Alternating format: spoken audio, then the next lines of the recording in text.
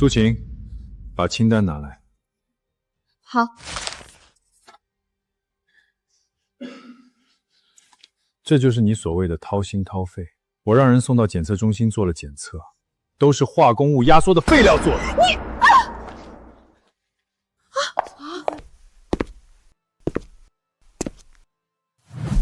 你李丽娟，你的良心我还给你了。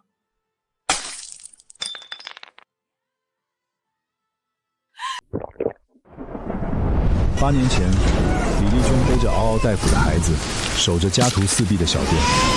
我心一软，决定把公司每年上百万的耗材采购都交给他。这一帮就是8年。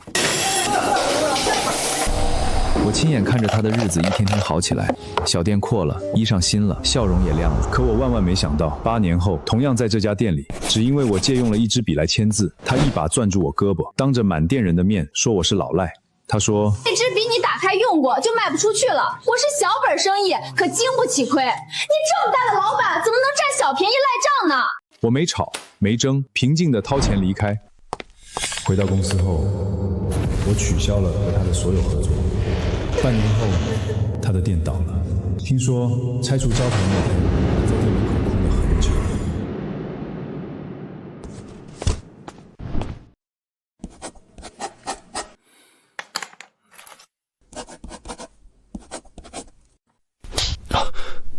陈总，这支笔10块钱。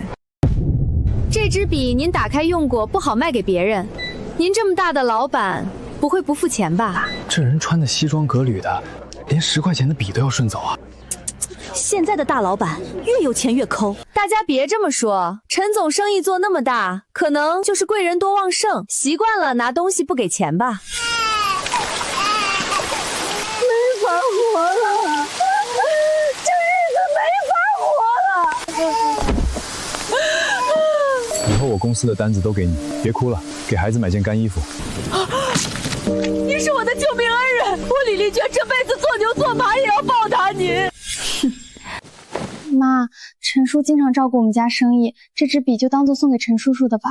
这有你说话的份儿，老娘赚钱多不容易，10块钱的笔你张口就送人，你可真大方。陈总，我这可是进口笔，卖您10块已经是良心价了。既然是良心价，那剩下的不用找了。哎呀，陈总就是爽快。那明年的续约合同，您看什么时候顺路签了？很快，你就会收到通知的。陈总，这是今年和微光文具店的续约合同，您过目。通知采购部，今年的办公耗材重新招标筛选供货商。太好了，陈总，我们早就受够那个李丽娟了，每次送来的货拿4瓶冲量，要不是看您的面子。您这么大的老板，不会不付钱吧？我能把你从泥潭里拉出来，就能把你重新踩回去。这10块钱是我交最后的一笔智商费。有些关系就像毒瘤，不趁早切掉，只会烂掉更多的好肉。谢天谢地，终于换掉微光了。上千万的合同，他给的派克金笔居然漏墨，把客户的签名糊成了鬼画图。就是，打印机天天卡补冒烟，都快成精了。跟他说纸有问题，他居然反问我们是不是不会用打印机，那语气好像我们是智障。他人品就有问题。上次我路过他店，亲眼看到他把自己女儿一脚踹倒，就因为孩子不小心碰倒了一摞本子，虎毒还不食子呢。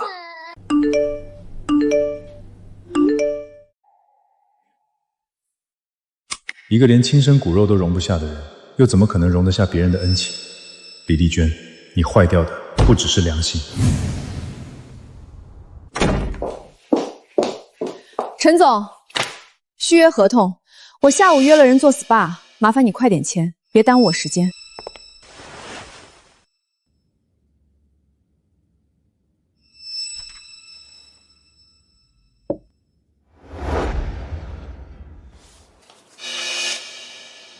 李总，我一直以为我们是朋友，所以我想不明白是什么样的朋友会在报价单上把300万的生意写成820万。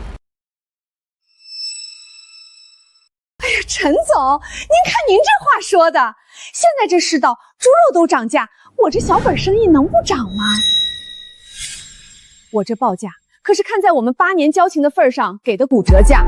就说昨天那支笔外面都卖20，我收您10块，那是在亏本赚吆喝啊！他的每一句话，甚至每一根串的睫毛都在演戏。可惜，作为唯一的观众，我已经想退票了。所以，你觉得涨价500万是理所应当？陈总，您家大业大，这点钱对您来说不就是9牛1毛吗？我们合作这么多年，肯定不会出错，您说是不是？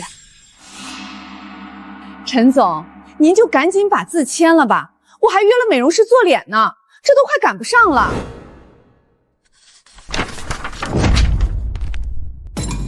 同样的耗材清单，吸光文具的报价只有你的1半。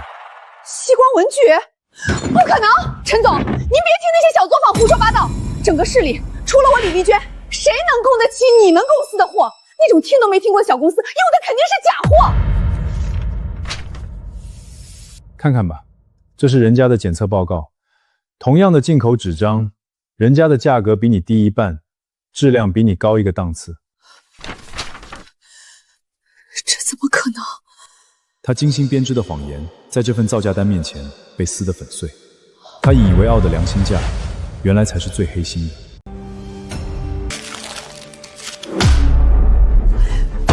这是恶意竞争！陈总，他们报低价就是想骗你，这种单子一看就是假的，这么低的价格肯定是假冒伪劣产品。他们的样品已经通过了我们公司的质检，所有指标都比你送来的正品要高1个等级。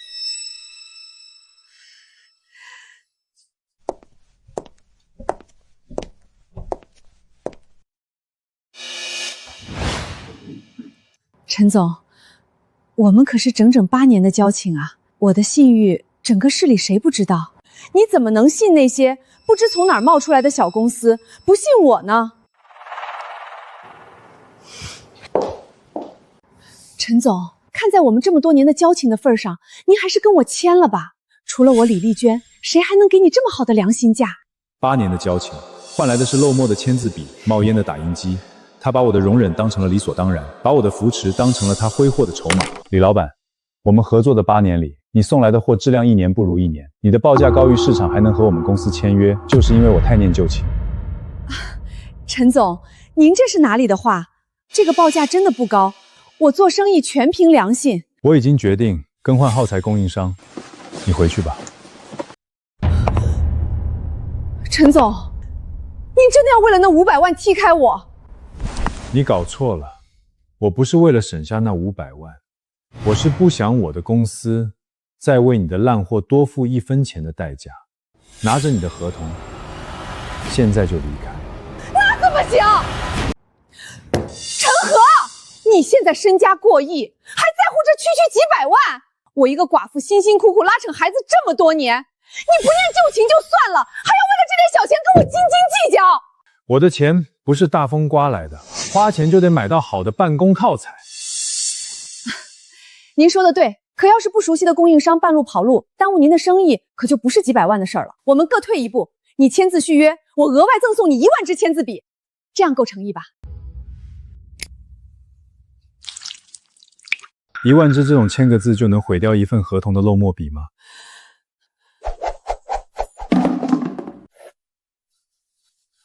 李总，我的新供应商会为他的产品质量负全责，就不劳你操心了。陈和，你别给脸不要脸！要不是我这8年给你供货，你能有今天？我好声好气跟你商量是给你面子，你赶紧把字给我签了，不然我们鱼死网破！时间真的能把一个人的良知啃噬得一干二净。苏晴，带2名保安上来。李女士，您的合作已终止，请您立刻离开，不要妨碍我们陈总工作。你算什么东西，也敢碰我？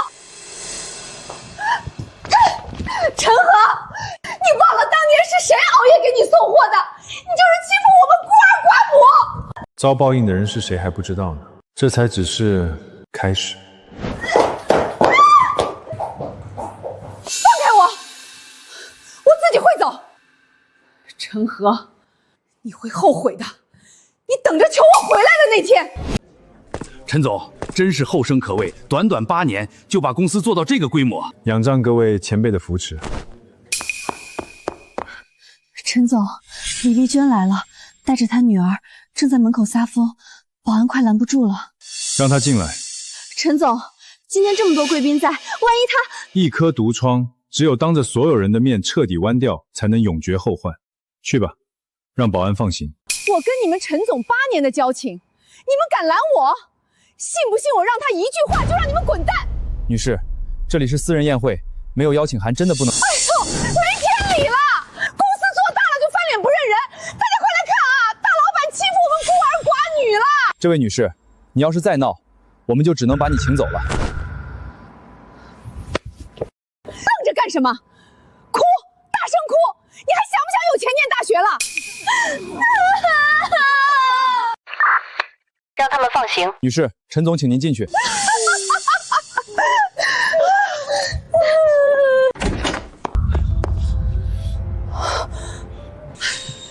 陈总，恭喜恭喜啊！我这紧赶慢赶，总算没错过您的8周年庆，祝您生意兴隆，八方来财。谢谢。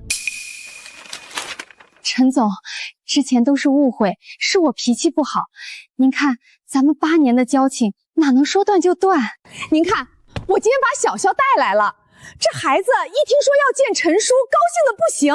您就把字儿签了吧，以前的不愉快，咱们一笔勾销。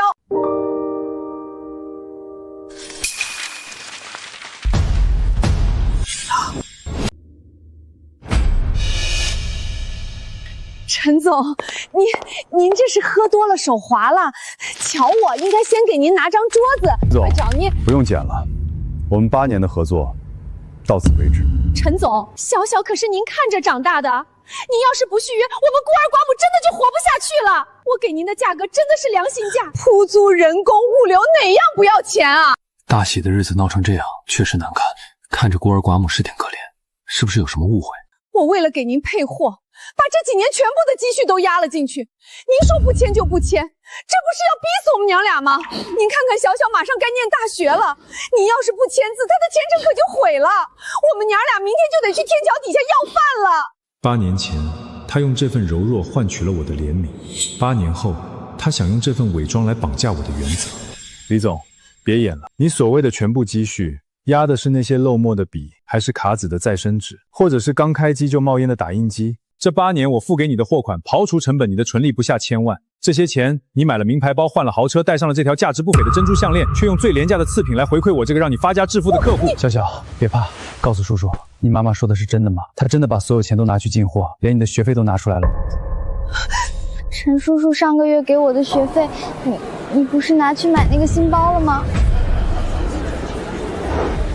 各位，耽误大家一点时间，我正式宣布，盛世集团已经和西光文具签署了长期的战略合作协议。西光的报价只有你的一半，产品质量通过了国际 ISO 认证，最重要的一点，他们比你有良心，懂得什么叫契约精神，而不是把合作伙伴当成提款机。怎么会这样？怎么会这样？当你的良心可以明码标价的那一刻，它就一文不值了。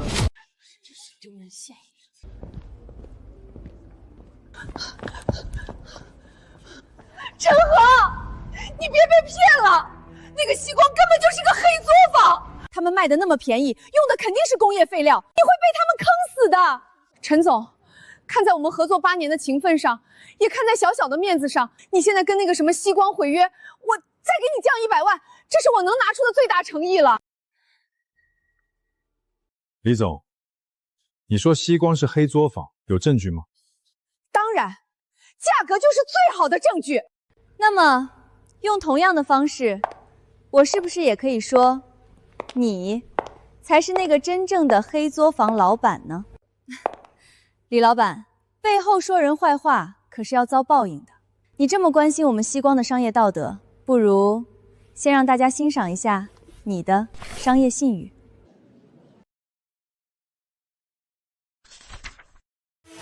照片里这个人是成交一家早就被吊销牌照的非法加工厂负责人，你是怎么认识的？陈和，我不认识这个人，都是他污蔑我。不认识会去吃饭，你攻击我那些漏墨的笔芯、甲醛超墨的劣质纸，全都是出自这里。你的良心是被狗吃了吗？怎么这样啊？沈芳菲，你为什么非要和我作对抢我生意？我赚我的钱关你什么事儿？没有为什么，这8年要是没有陈总对你的帮助，你那家小店早就倒闭了。我就是不想看到陈老板这么好的人被你恩将仇报。你还有什么可说的？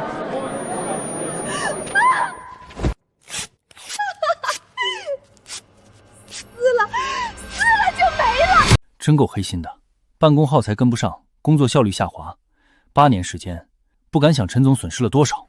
这样的供货商根本就没人合作，要不是看他带个孩子可怜，陈总绝对不会签约。你凭什么这么对我？我有孩子要养，你身家过亿，让我多赚点怎么了？李丽娟，你撕掉的不是照片，是你最后的一点体面。让保安带他出去，通知法务部，针对这8年来微光文具提供的伪劣产品给公司造成的损失，正式提起诉讼。陈和，你不能这样对我！用别人的善良作为筹码时，就该想到倾家荡产的那一天。是你为了抢我的生意，故意伪造这些照片来诋毁我。陈和，你不要相信他，他就想看我们8年的合作关系破裂，好坐收渔翁之利。陈总这么好的合作商，有的是供应商争抢，没有我也会有别人，但再也轮不到你。陈和，你信我，那些照片是假的，你就再给我一次机会，最后一次机会，好不好？滚！你这个赔钱货，光知道哭，你哑巴了吗？还不快跪下来求你陈叔叔续约，不然我们娘俩明天就得去要饭，快去呀！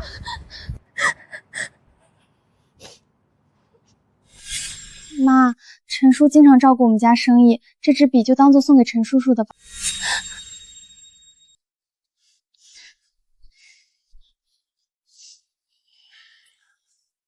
大人的事情，小孩子不要参与。你没有做错任何事，不需要向任何人下跪。陈和，你这个不讲信用、没良心的伪君子！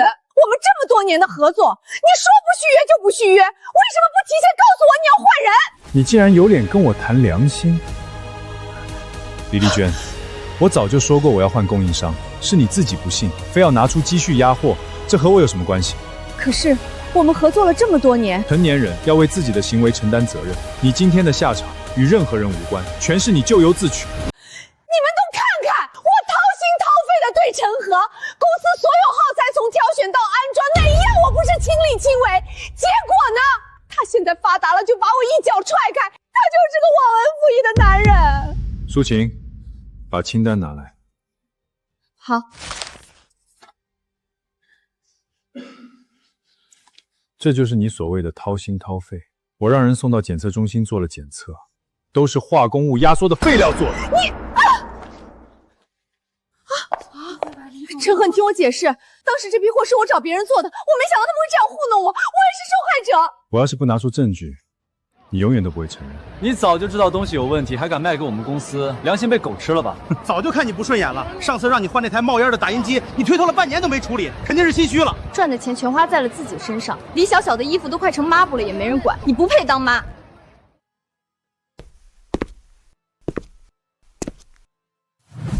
李丽娟，你的良心我还给你了。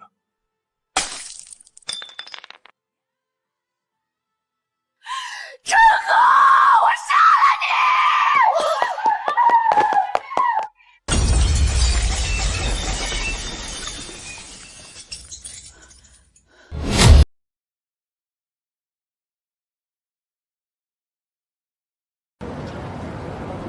妈，咱们还是回家吧。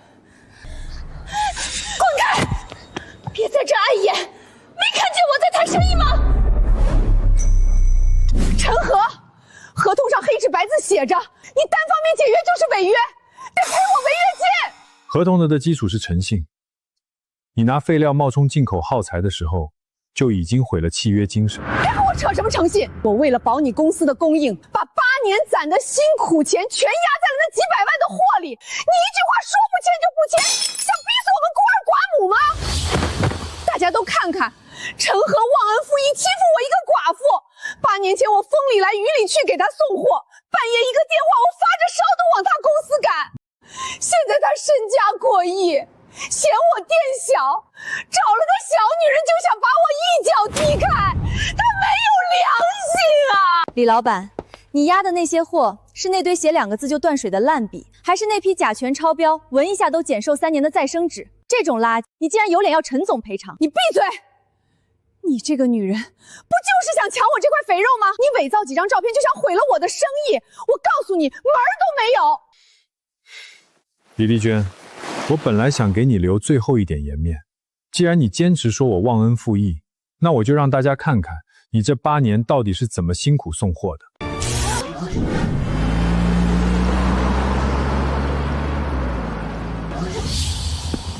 磨磨蹭蹭的干什么呢？耽误老娘打麻将的时间。这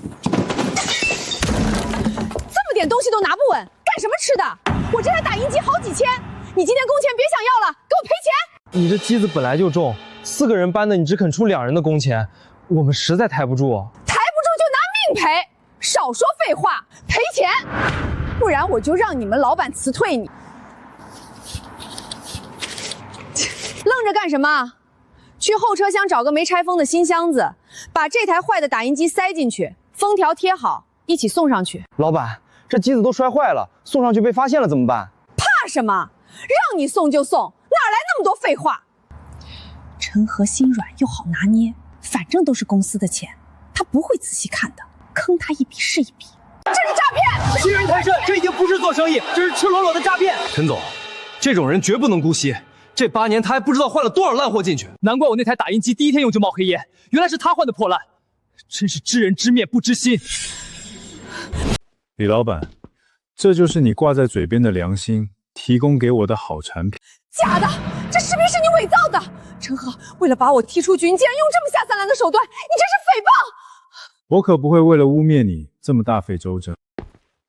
各位可能觉得这只是一台打印机的事，但我想告诉大家，这台坏掉的打印机在半年前差点毁掉了我们公司一个价值上亿的项目。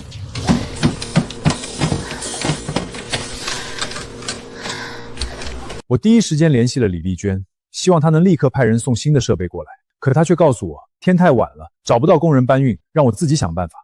当时我以为她是真的有困难，为了不耽误项目进度，我主动提出3倍的工钱和运费，她才勉为其难地答应我当晚把设备送到。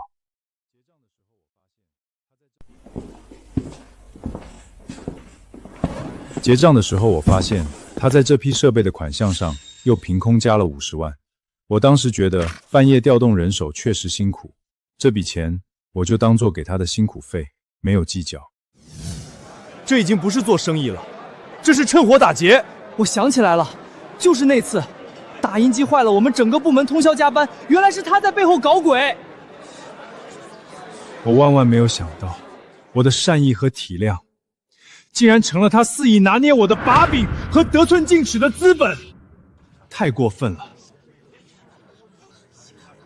不是这样的，我是拿良心做的生意。良心？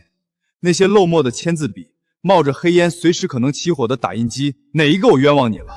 你不仅生意做得烂，人做得更烂，对待亲生女儿动辄打骂，拿她当卖惨的工具。李丽娟，你的人品和你的产品一样，都是伪劣品。我供她吃穿上学，我还要怎样？我为了养活她累死累活，我已经够有良心了。是你们这些有钱人不懂我们的苦。我今天当着所有合作伙伴和在场员工的面，正式宣布，从今往后，我的公司再也不会和你有任何业务往来。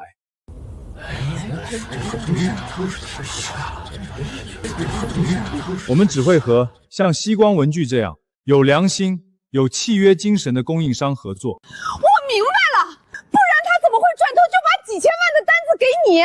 沈芳菲，你到底在床上吹了多少枕边风，才让他这么狠心赶走我这个8年的老功臣？你要是敢再闹下去，我不介意把你店里那些倒卖3无产品的烂事儿全都捅出去，让你以后赚不到1分钱。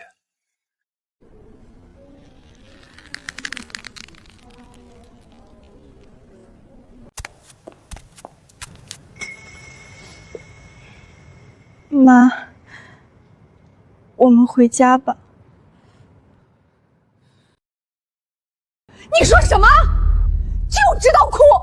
够了！当初我之所以容忍的小动作，全是因为看在你是一个单亲妈妈带着孩子不易的份上。这8年，我给你的机会，给你的利润足够多了，我已经仁至义尽。好，陈和，你够狠！你别忘了，我们合作了8年，我的货源覆盖了全海城。西光文具那种规模根本接不住你的需求，你断了我的路，你的公司也别想好过。我们走着瞧，你一定会后悔的，你一定会跪着来求我回去供货的。不好意思让大家见笑了，我们的周年庆继续。陈总，这是我们西光文具的服务承诺书。我郑重承诺，西光提供的永远是质量最优、价格最合理的办公耗材。沈总，只要和你们合作，都有这样的服务。我们还将提供一整套定制服务，可以极大提升效率的专属耗材套装，以及覆盖所有电子设备的免费维护，24小时服务。这对我们公司来说是一次双赢的合作。这种服务模式我第一次听说，听起来确实很吸引人。给我们公司也定制一套，现在就签合同。我们公司也正为这些琐事头疼。陈老板，不知道我们有没有机会也能享受到这样的服务？我选择的供货商肯定不会有问题，大家放心合作。当然，只要是陈总的朋友，就是我们西光文具最尊贵的客户。我们同样会为大家提供顶级的服务和最优惠的价格。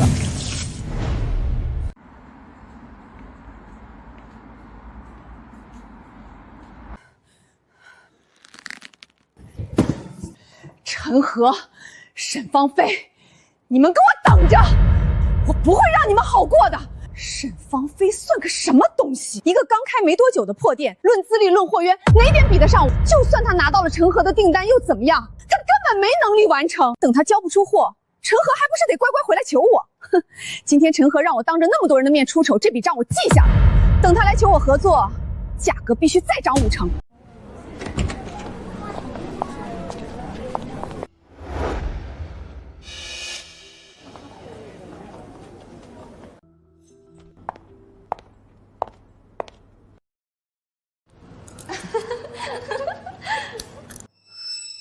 上班时间就知道偷懒，店里这么乱也不知道收拾一下，是不是不想干了？不想干就滚蛋，别想白拿工资。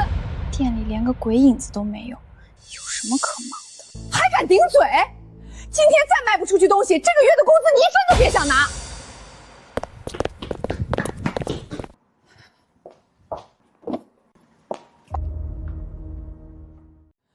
我就不信打折力度这么大，还能没人来！我今天就要把你沈芳菲的生意全都抢光！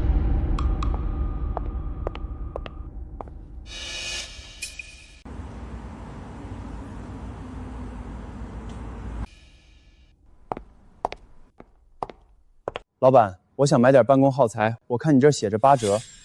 8折是部分固定产品，我们店里的东西都是良心价，用不着打折。我还要交点笔送给学校的孩子们。这个好，进口的，1支10块。这么贵？你要是买的多，可以给你打个折呀。什么进口笔？写个字都这么费劲，还好意思卖10块？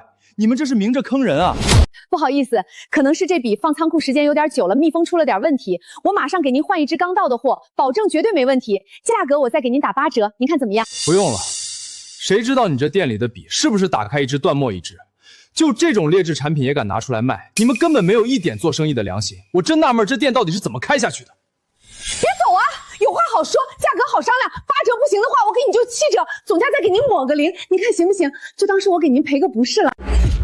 谁还愿意来你这儿买这些价高质次的玩意儿？你自己看看，人家马路对面的西光文具店，同样的笔，质量比你这好10倍，价格还比你公道，老板的服务态度更是没话说，以后再也不会来你这家黑店了。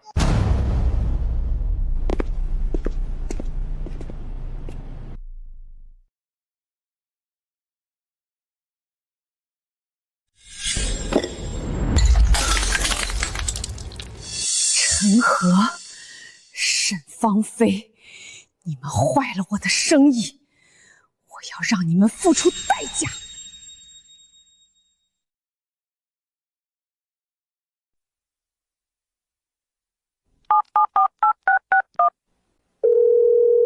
喂，老刘吗？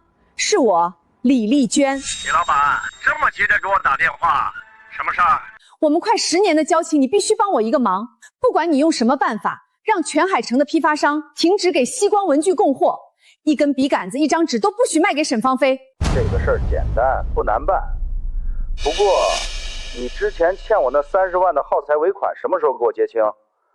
我可不能白帮你。只要你办成这件事儿，我马上给你结清。沈芳菲，你不是很能干吗？我断了你的货源，看你拿什么跟陈和交代。到时候你还不得乖乖跪到我面前求我高抬贵手？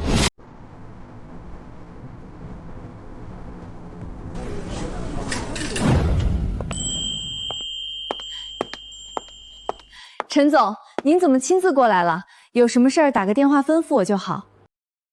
路过，顺便来看看你们的供货筹备情况。您看，这是我们最新引进的一批货，笔芯墨水采用的是纯植物提取物，已经自费做了最严格的 SGS 质量检测，所有证书都齐全，保证书写流畅、安全无毒，绝对用得放心。沈老板，你的能力和诚意我看在眼里。我希望我们的合作不是一朝一夕，只要你能一直保持这样的服务和质量，我们永远是最忠实的合作伙伴。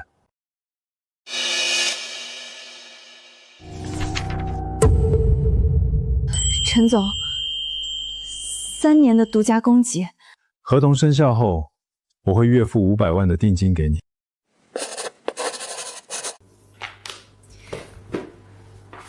陈总，谢谢您。我向您保证，绝不辜负您的这份信任。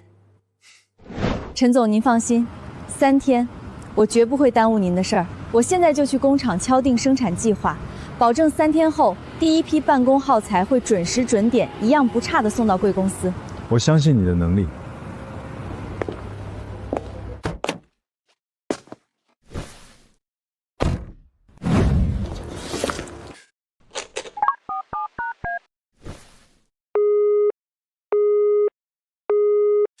怎么回事？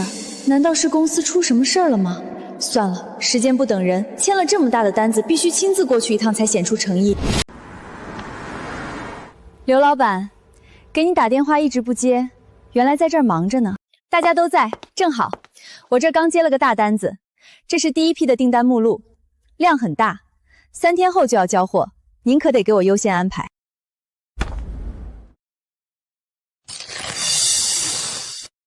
刘老板，你这是什么意思？什么意思？沈老板，在海城做生意得讲规矩。你断了娟儿姐的财路，就是断了我们这帮兄弟的财路，还想让我们给你供货？你当兄弟们是傻子吗？刘老板，商场如战场，是李丽娟自己卖假货砸了招牌，与我无关。我们是正经合作，钱货两清，我甚至可以预付全款。我们不认钱，只认人。我今天把话放这儿，全海城的批发商，谁敢给你沈芳菲供一根笔芯，谁就是跟我老刘过不去。为了一个失信的李丽娟，你们连钱都不赚，这笔订单的利润够你们吃半年了。那也不稀罕，姓沈的，我今天就把话放这儿。现在整个海城的供货商没一个会给你供货，我倒要看看3天后你交不出货，光是赔给盛世集团的违约金就够你倾家荡产。走吧，别在这碍眼，要怪就怪你得罪了不该得罪的人。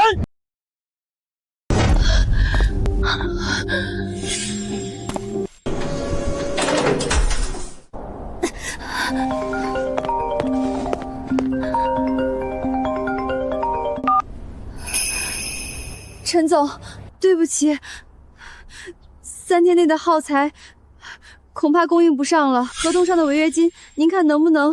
出什么事了？不知道李丽娟用了什么手段，耗材批发商全部拒绝给西光供货。别着急，你把地址发给我，我过来带你去一个地方。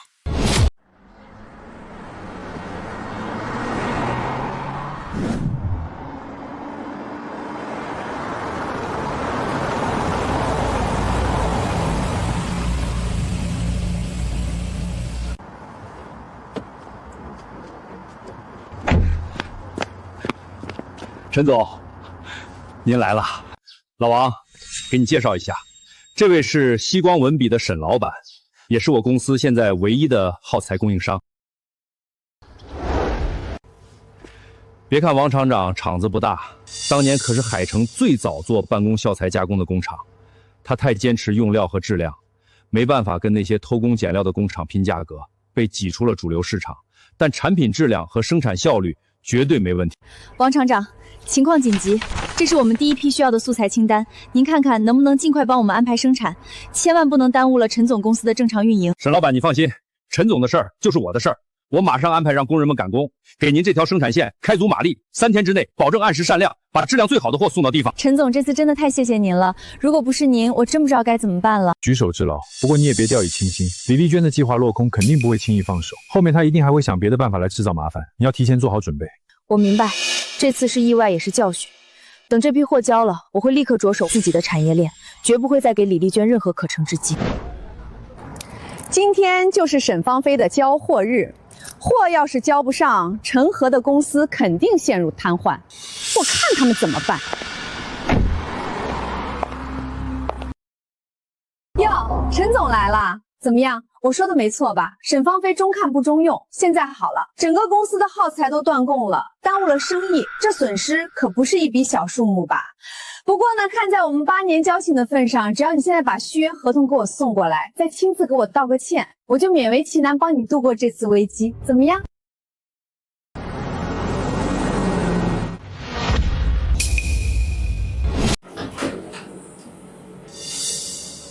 不可能，绝对不可能！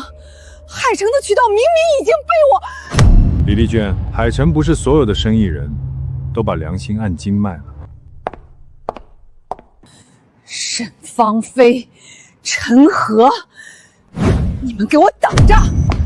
喂，王哥吗？是我李丽娟，帮我找几个兄弟过来办点事儿，钱不是问题。陈总，不好了，楼下出大事了！李丽娟带着一群记者和地痞，把沈小姐给堵住了。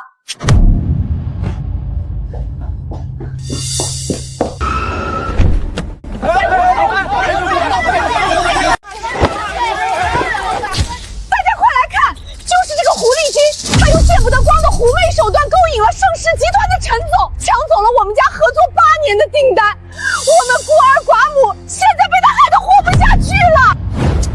看他穿的光鲜亮丽的，没想到心肠这么歹毒。这年头，为了钱什么事做不出来，可怜了这对母女。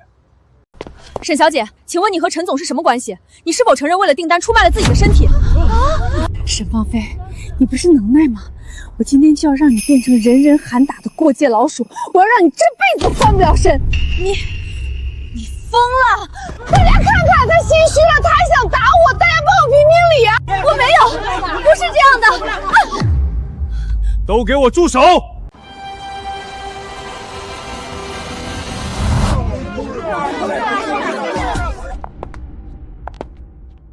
陈和，这就是你得罪我的下场。今天这么媒体在，只要我几句话，就能让你公司的名声、你的个人形象都会毁于一旦。不过，我也不是不讲情面，只要你现在立刻当着所有人的面跟我签一份续约10年的合同，并且把耗材利润再给我提升2成，我就让他们马上离开。李丽娟，别把所有人都当傻子。陈和，你就是欺负我们孤儿寡母，我被你害得生意没了，店里员工的工资都发不出来了，我们娘俩马上就要饿死了。今天你必须当着所有媒体的面给我一个交代。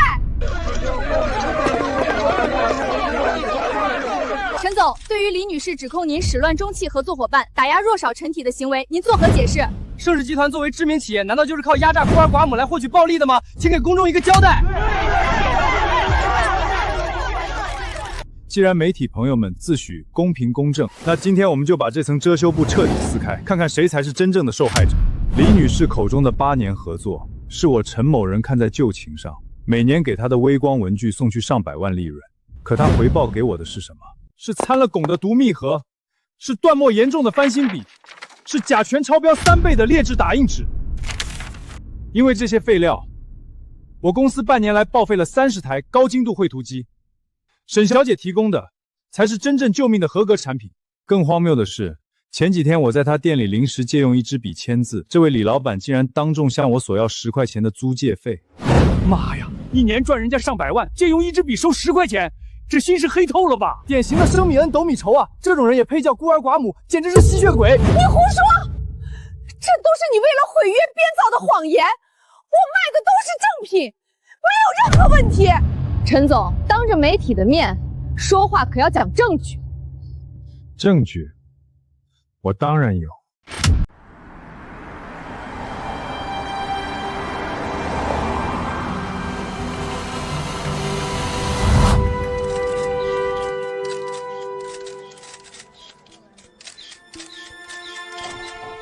证据当然有，我不仅有证据证明他是如何克扣质量，更有证据证明李丽娟提供的劣质耗材正在一步步危害我公司上千名员工的身体健康。什么？真的假的？就在昨天，我们已经将李丽娟之前供应的所有耗材悉数送往了第三方专业检测机构。检测结果显示，李丽娟供应的品牌帽盒内部早已发霉变质，更严重的是，笔芯和打印机耗材中都存在渗漏化工废料的问题。这些有毒物质长期使用会对我员工的健康造成不可逆的伤害。李女士，请问陈总说的是真的吗？您真的用化工废料来冒充原装帽盒吗？这已经不是商业欺诈了，这是在慢性投毒。您这么做良心何在？你胡说！你们用了这么多年，怎么一点事儿都没有？这都是你为了毁约做的假报告。我看真正有问题的是沈芳菲的货，你们去查他。它的报价那么低，肯定是来路不明的三无产品，根本不符合国家安全标准。你这个邪恶的资本家，为了省钱，就用这种垃圾货糊弄员工，你根本不关心他们的死活。请问你们对此有什么回应吗？请正面回答问题，请正面回答问题。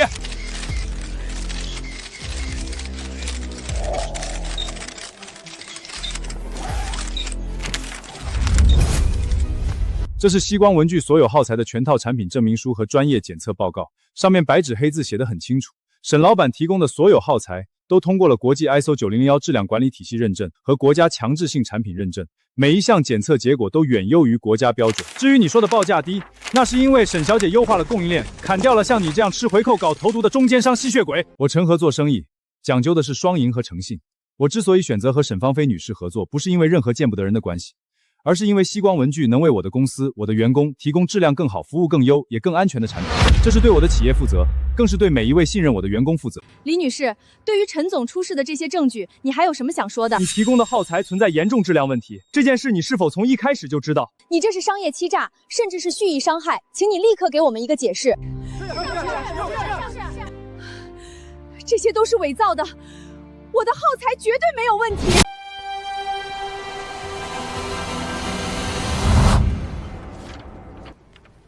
伪造，李老板，你是不是忘了8年前，是你自己主动找到我，签下了这份质量终身保证书？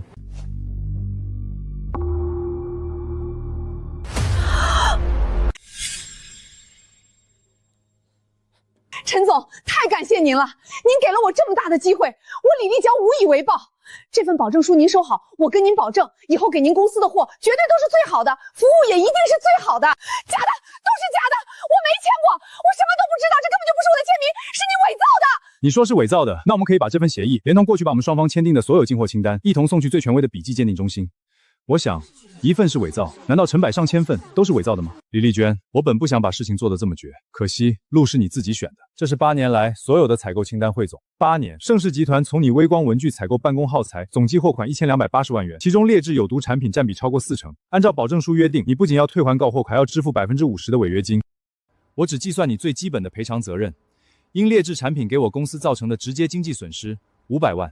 因有毒耗材可能对我员工造成的健康损害，精神与身体补偿金500万，合计1000万。对于李丽詹的商业欺诈及生产销售伪劣产品的行为，我司将立刻提起诉讼，依法追究其全部法律责任，绝不姑息。我也想借此机会告诉所有人，盛世集团欢迎所有诚信的合作伙伴，但对任何背信弃义的小人，我们必将追究到底。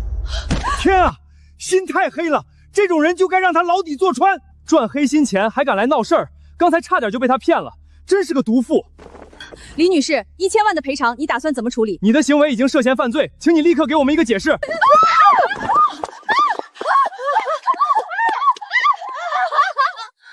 通知法务部启动诉讼，另外把那个孩子的资料给我一份。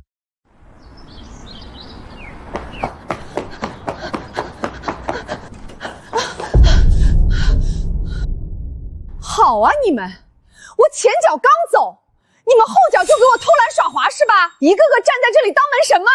这个月的奖金都别想要了。我们不干了。丽丽娟，这破活谁爱干谁干，我们要集体辞职。什么？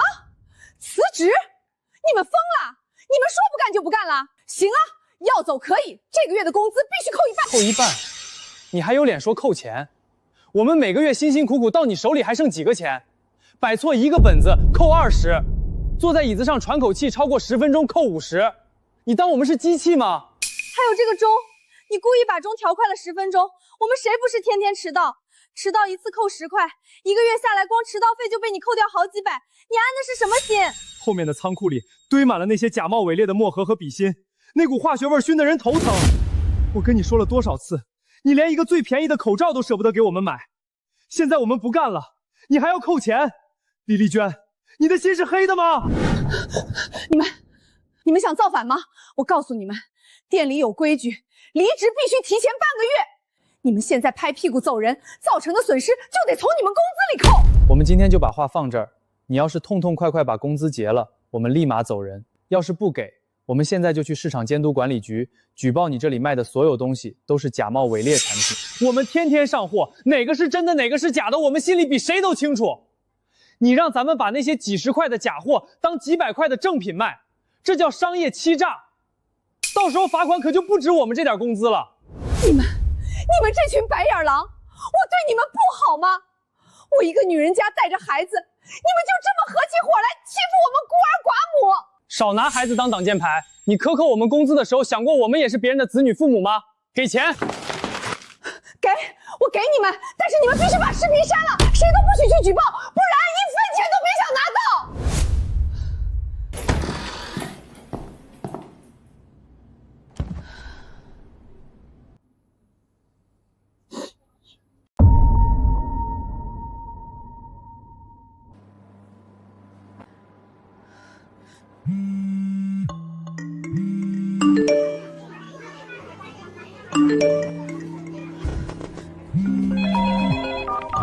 喂，李总啊，对，那个合同我看了，没问题。张总放心，货款没问题，我们是长期合作嘛。喂，是张总吗？我是微光文具的小李啊。对，那个我们店里最近为了回炉资金，所有耗材都打骨折价，您看要不要？对不起，您所拨打的电话正在通话中。刘经理您好，我现在很忙，以后不要再打来了。王哥，江湖救急，求您了。陈和，都是你，是你毁了我的生意，是你毁了我的一切。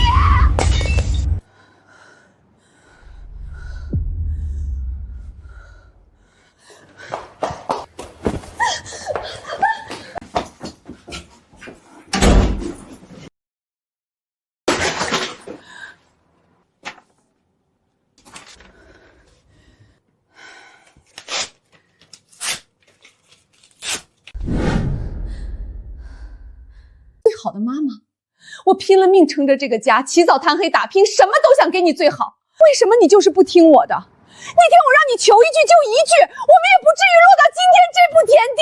是我没用，是我护不住这个家，可我到底做错了什么？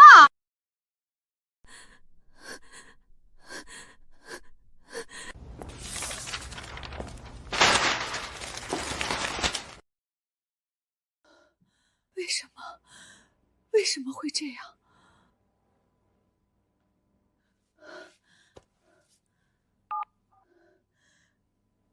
喂，我要举报。我们的目标，请问有什么事？我们是市场监督管理局的，我们接到10名举报，称贵公司涉嫌长期采购并使用3无办公耗材，在偷税漏税的重大问题。举报人证据详实，性质严重，现在请你们立刻配合检查。这绝不可能！我们公司所有采购都有正规渠道和发票，税务更是由业内顶尖的会计师事务所负责，每年都主动自查，怎么可能出这种问题？小姐，请冷静，我们只相信证据，有没有问题查过才知道。现在，请陈总配合我们的工作，立刻提供近3年的采购清单和税务总账，如果拒不配合，我们将视为妨碍执法。配合。我们当然100%配合。不过在配合之前，我有一个小小的提议。什么提议？为了证明我司的清白，也为了让这次执法过程真正做到公开、公平、公正，我希望对你们接下来的全部检查过程进行全网同步直播。可以，公开执法，我们欢迎社会各界的监督。我操，前排吃瓜，这公司老板有点东西啊，敢直播查税，估计是虚张声势吧。各位网友，这是我们西光文具为所有客户提供的标准文件，包括每一批货物的厂家授权注、国家级质量检测报告，以及由税务系统直接开具、可随时查验的电子发票。我们保证从西光出去的每一件商品都来路清白、有据可查。牛逼！这质检报告是国家级的，这才是正规公司啊！我刚查了，发票都是真的。举报的那个是傻子吧？陈总。经过我们的严格核查，贵公司的采购渠道、产品资质和税务账目均未发现任何问题，举报内容纯属捏造。对于这种以造谣方式干扰正常市场秩序的恶意举报行为，我们将会依法追究举报人的法律责任。另外，像贵公司这样诚信经营、坦荡透明的模范企业，我们也会上报，为您申请年度诚信经营示范单位的荣誉。感谢2位秉公执法，也感谢各位网友的监督。西光文具欢迎一切阳光下的检视。你简直是商业奇才，这不是危机公关，这是史上最强的免费广告。就这1个小时，我们西光的官网服务器都快挤爆了，好几个大型连锁商超的采购总监亲自打电话来，要跟我们签独家供货协议。不过我真想知道，到底是谁这么想不开，给我们送了这么一份惊天大礼。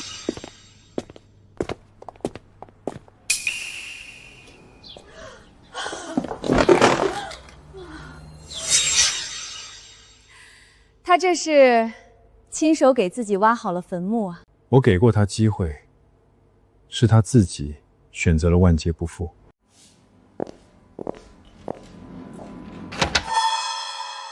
不可能，这绝对不可能！那些账目，那些质检报告，他从哪里变出来的？这才几天，他怎么可能把所有东西都换掉？完了，全完了！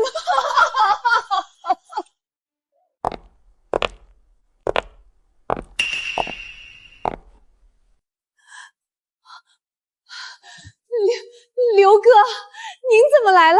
李丽娟，30万，当初说好了，你用我这批货搞定陈和的公司，拿到供货权，这笔钱就连本带利还给我。现在你的戏唱砸了，我的钱呢？刘哥，您再宽限我几天，都怪陈和那个王八蛋，是他。我不管什么陈和王和，我只认钱。刘哥，您看货还在这里，我用这些货抵债，这些都是紧俏货，绝对是这个价。哈哈哈哈哈！抵债，李丽娟。你拿这些破烂糊弄写字楼里的小白老行，想拿来糊弄我？这些东西是从哪个黑作坊出来的？我比你更清楚。这玩意儿出厂价几毛，你卖10几块，你当我是陈和那种冤大头？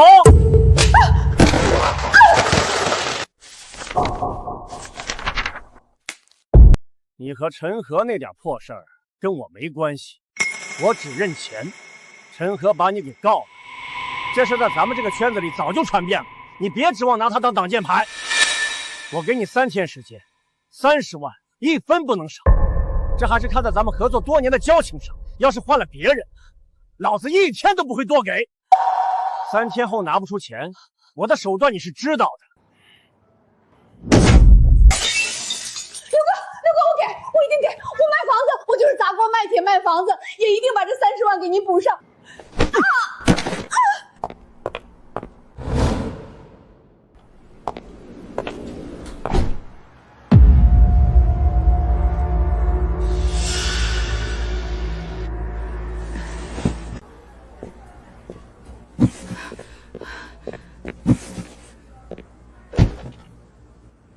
听说李丽娟欠了不少钱，那些债主天天上门来闹，为了还债，已经把房子给卖了。现在带着李小小住进了城墩村的出租房，这店白天根本就不敢开门，看样子是想拉着那些假货，不知道去哪里骗人了。那都和我没关系了。每个人都要为自己的所作所为付出代价，这是他的报应。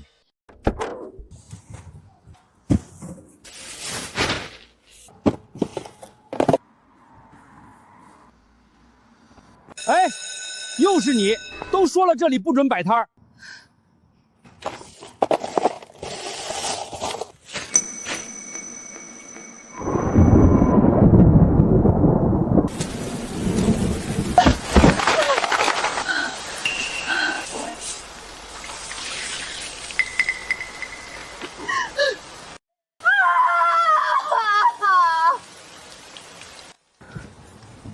怎么办？别着凉了。陈和，对，去找陈和，他以前那么心软，只要我求他，他一定会帮我的。陈总，陈总，我错了，我真的错了。那只10块钱的天价笔，那些工厂合作都是我一时糊涂，是我鬼迷心窍。求求您，看在我们合作了这么多年的情分上，你就原谅我这一次吧。我是人，我忘恩负义。您看在我们合作这么多年的情分上，看在我还有一个女儿要养的份上，你就饶了我这一次吧。自从没跟您续约，我那些老顾客全都跑了，新顾客来一次也再不回头，店里的货全都卖不出去，我现在负债累累，房子都卖了。我已经得到教训了，我真的知道错了。陈总，您再帮我最后一把吧。您在咱们这个行业里有威望，只要您肯帮我，我的文具店就一定能好起来。您就再从我这里进一次货，哪怕只是1箱A4纸，只要别人看到您还跟我合作，他们就都回来了。我发誓，我以后再也不敢糊弄人了。您开个价，只要您肯点头，价格随便您提。李丽娟，你错了。你的生意之所以变成今天这样，不是因为一支笔、一台打印机，甚至不是因为你举报了谁。那是因为什么？李丽娟，你错了。你的生意之所以变成今天这样，不是因为一支笔、一台打印机，甚至不是因为你举报了谁。那是因为什么？因为你早就把自己的良心给丢了。你开店的时候，口口声声跟每一个客户说你卖的是良心价，可你做的却是天底下最没有良心的事情。我错了，陈总，我真的知道错了，我现在什么都没有了，求求您，求求您再给我一个机会，我无论如何都想把生意做下去。你连对自己的亲生女儿都做不到有良心，还谈什么做生意？这些年，你赚的钱都花在了哪里？买奢侈品，做美容，把自己打扮得光鲜亮丽。可你的女儿小小呢？你给她买过几件像样的衣服？你给她报过一个兴趣班吗？我会改，我以后一定改过自新，我一定好好做生意，好好对小小。陈总，只要您肯再跟我合作，你让我做什么都愿意。机会，我给过你了。做人做事，机会都只有一次，你已经没机会了。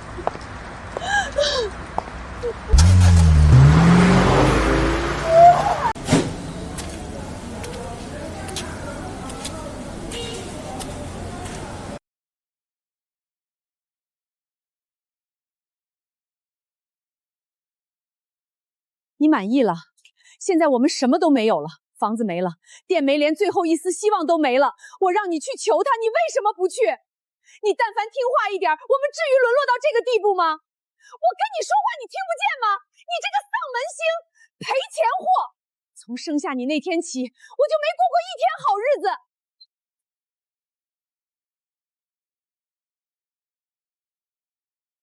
李丽娟，3天时间到了，钱呢？刘哥，再给我几天时间，我一定想办法。想办法？你的房子卖了，店也黄了，陈和那边更是把你告上了法庭。你拿什么想办法？拿你这张老脸吗？刘哥，这些都给你，只求你能再宽限我几天。就这点东西，连还利息都不够。李丽娟，我早就跟你说过，我老刘的钱不是那么好赖的。既然你还不出钱，那就只能用别的东西来抵了。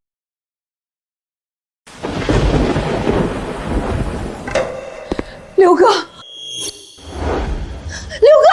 不行，他还是个孩子，您放过他吧，求求您了，钱我一定会还的。我去借，我去卖鞋。现在知道她是你女儿了，你拿她当工具博同情的时候，怎么没想到？你把他当出气筒打骂的时候，怎么没想到？啊？债是你欠的，跟个孩子没关系。但规矩就是规矩。明天这个时候，钱要是还不上，我就会申请治安局和法院对你进行强制执行。到时候你们母女就在治安局的铁窗里团聚吧。刘哥，跟他废什么话？咱们还有下一家呢。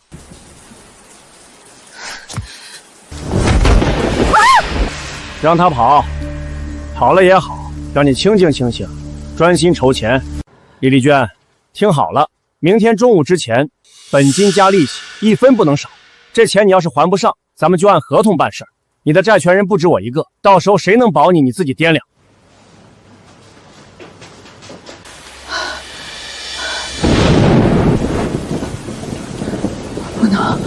不能让他跑了。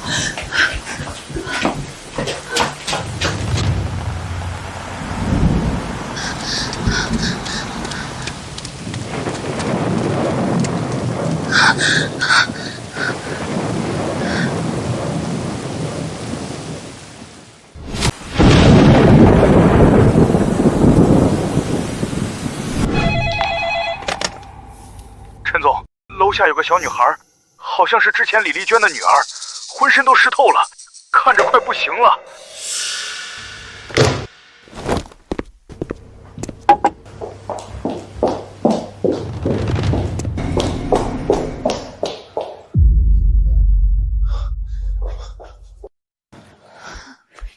马上叫救护车。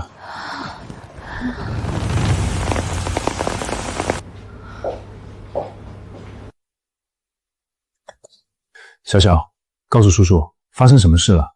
为什么一个人跑出来？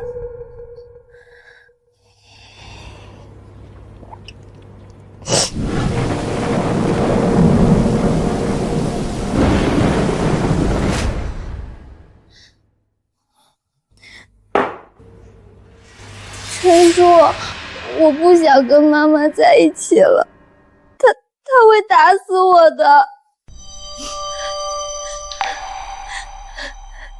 求求你，别把我送回去。我一直以为我的报复已经足够彻底，但我错了。对于一个连人性都已泯灭的恶魔，仅仅让他倾家荡产，远远不够。小小，别怕，有叔叔在，以后再也没有人可以伤害你了。喂，是教育保护中心的王主任吗？我这里有一个情况。陈和，让我进去，我要见我女儿小小，妈妈来接你了。李丽娟，你没有资格再见她了。李丽娟女士，我们是教育保护中心的，我们接到举报，并有充足的证据表明您存在长期虐待、精神控制、遗弃子女的行为。根据教育中心保护法，我们决定暂时剥夺您的监护权，将李小小女士送往福利机构进行保护。后续我们将对您提起诉讼。是你，陈和，是你搞的鬼！她是我女儿，你凭什么抢走她？你把她当成摇钱树，当成出气筒的时候，有没有想过她是你女儿？你为了自己的私欲，把她推向深渊的时候，有没有想过，她只是一个18岁的孩子？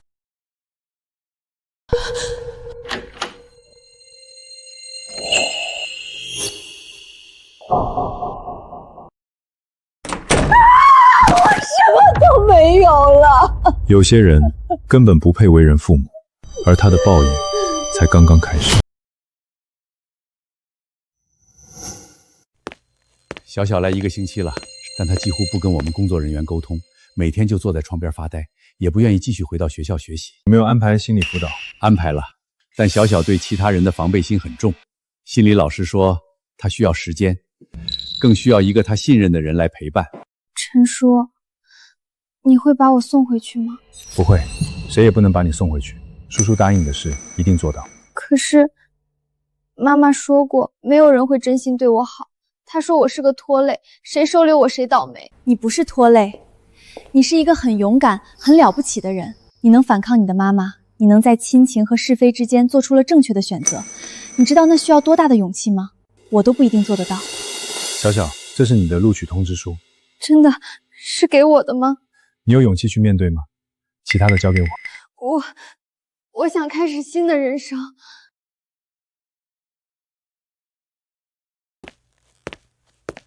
王主任，小小的情况比我想象的严重，我想申请成为他的临时监护人，让他离开这里，在一个正常的家庭环境中恢复。您的好意我们都理解，但申请临时监护需要走法律程序，而且李丽娟目前还没有被正式剥夺监护权，只是临时中断。如果她上诉或者提出异议，程序会变得很复杂。该走的程序我一步都不会少，您只需要告诉我需要什么材料，我全力配合。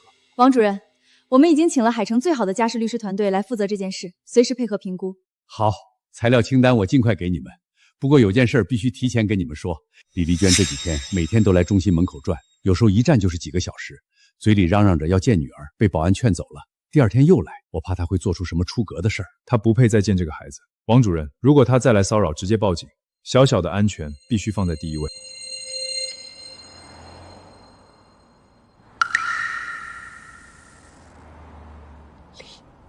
丽娜，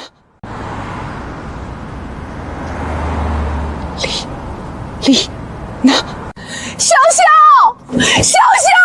妈妈来接你了，你出来啊！妈妈不打你了，妈妈再也不打你了。大姐，跟你说了多少次了，你现在没有探视权，再闹下去我们就报警了。我10月怀胎生下来的骨肉，你们凭什么不让我见他？是陈赫，是詹是你们的，对不对？他抢走了生下的还问我和女儿。李女士，请你冷静。根据法院的临时裁定，在监护权争议解决之前，你暂时不具备探视资格。这不是任何人指使的，是法律的规定。法律？我含辛茹苦把他养到18岁，现在一纸公文就把我女儿抢走了，天底下有这样的道理吗？李女士，你的女儿送来的时候，手臂上有17处新旧不同的淤伤，你管这叫含辛茹苦？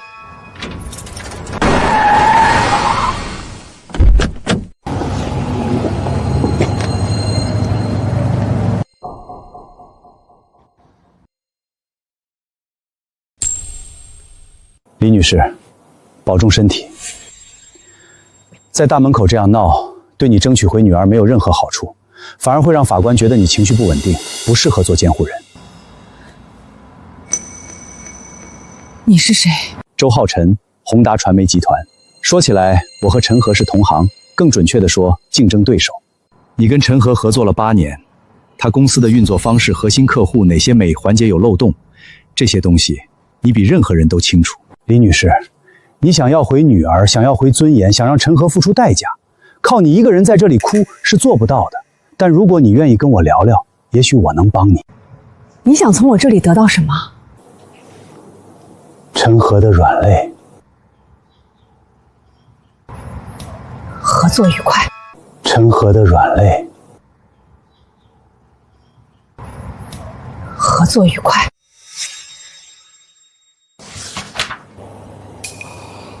不错，陈赫公司的核心客户名单、签约艺人的合同到期时间、正在筹备的几个大型项目的进度，甚至他的中层管理团队里谁跟他有矛盾。李女士，你这8年供货商没白当，耳朵倒是很灵。周总，这些够不够？你说过只要我配合，你就帮我把女儿要回来，把陈赫搞垮。搞垮陈赫，格局小了。我要做的不是搞垮他，而是吞掉他。盛世传媒过去3年拿下了60%的大型商业活动策划订单，还签了5个当红艺人做独家经纪，广告收入连续3年翻倍。他风头太盛了，整个海城传媒圈都在看他的脸色。但越是站得高的人，根基越脆弱。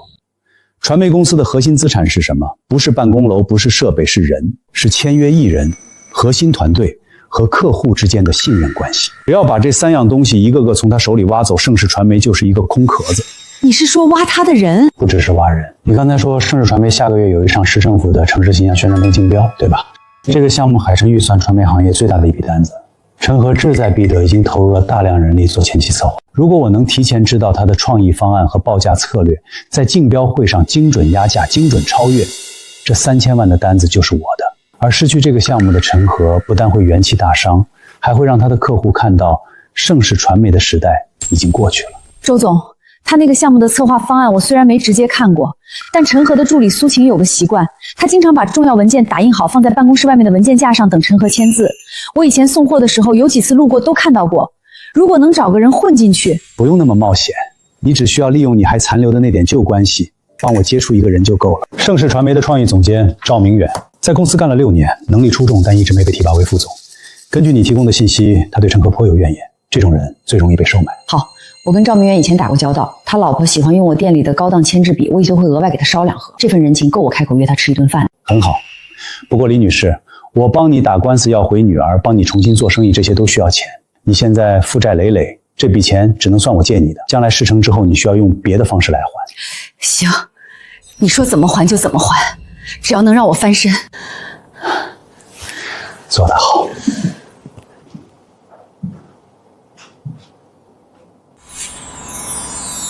这个本子几折？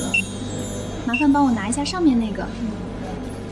陈总，3个月前我还在为1箱 A4 纸的货源发愁，现在旗舰店就开业了。说实话，有时候我自己都觉得像做梦。这不是梦，是你靠自己的实力和诚信一步步换来的。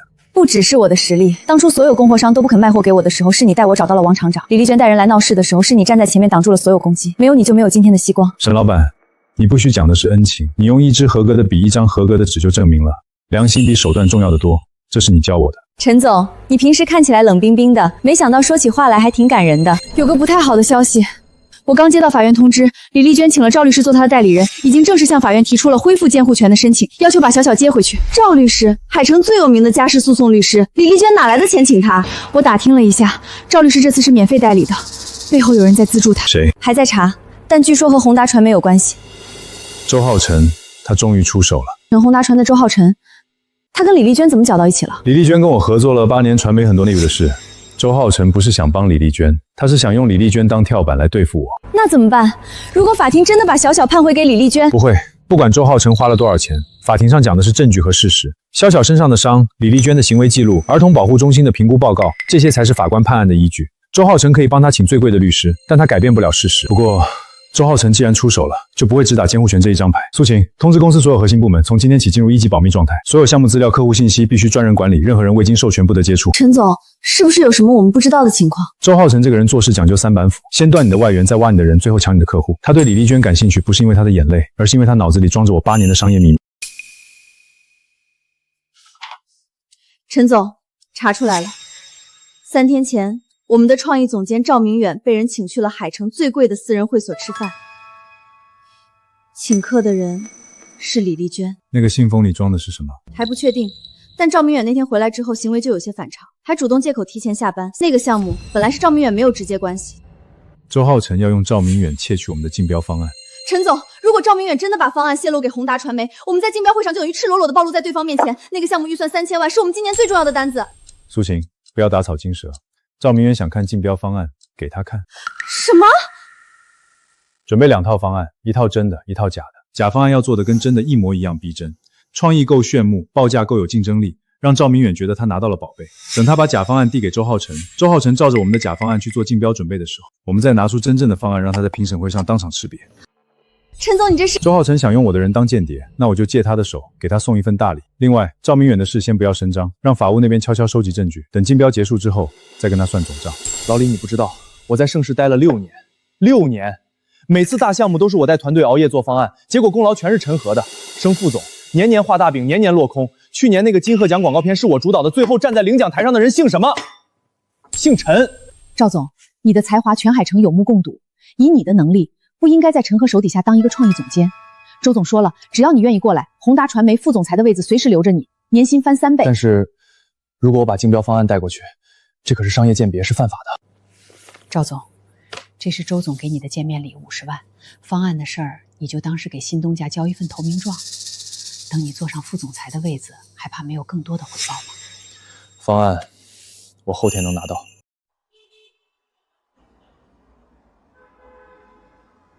周浩辰的手笔，他不光想在商场上搞我，还想在法庭上给我添堵。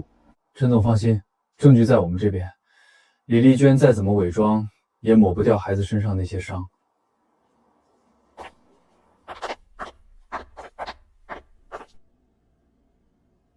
现在开庭，原告方请陈述诉讼请求。审判长，我方当事人陈和先生申请成为被监护人李小小的临时监护人，理由如下：第一，被告李丽娟长期对子女实施身体虐待和精神暴力，李小小身上17处新旧伤痕，有医院验伤报告为证。第二，被告多次将子女作为商业工具，当众强迫其下跪博取同情，有多名现场证人和视频录像为证。第三，被告因债务纠纷导致子女生活环境极度恶劣，已完全不具备安全的抚养条件。审判长，我方有不同意见。关于所谓虐待，我的当事人是独自抚养女儿18年的单亲母亲，在巨大的生活压力和生意失败的多重打击下，确实出现过情绪失控和管教方式不当的情况，但这并不等同于法律意义上的虐待。此外，我的当事人已深刻反省，主动报名参加了家庭教育指导课程。这是李丽娟女士过去1个月的心理咨询记录和家庭教育课程结业证书。她目前已找到新的稳定工作，具备重新抚养子女的基本条件。原告方对被告方提供的材料有什么意见？审判长，1个月的课程不能证明被告改变了18年的行为模式。我方申请调取李小小在教育保护中心期间的心理评估报告，以及听取本人的真实意愿，这是监护权案件中最核心的考量因素。同意。本案择期进行第2次开庭，届时将听取本人的意见。休庭。本案择期进行第2次开庭，届时将听取本人的意见。休庭。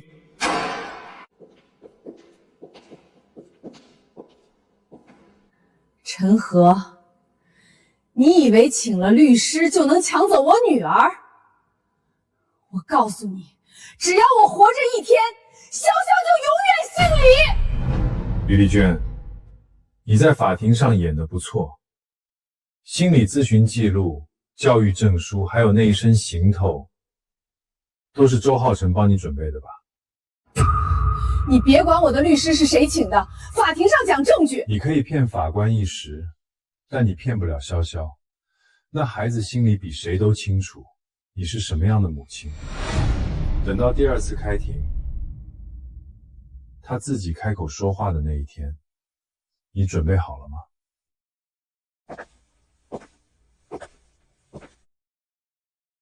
等到第2次开庭，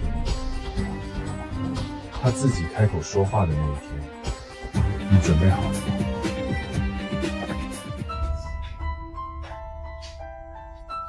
陈总，情况不太好，这个月我们丢了3个长期广告客户，对方合同到期后都不再续约，转而跟宏达传媒签了新合同。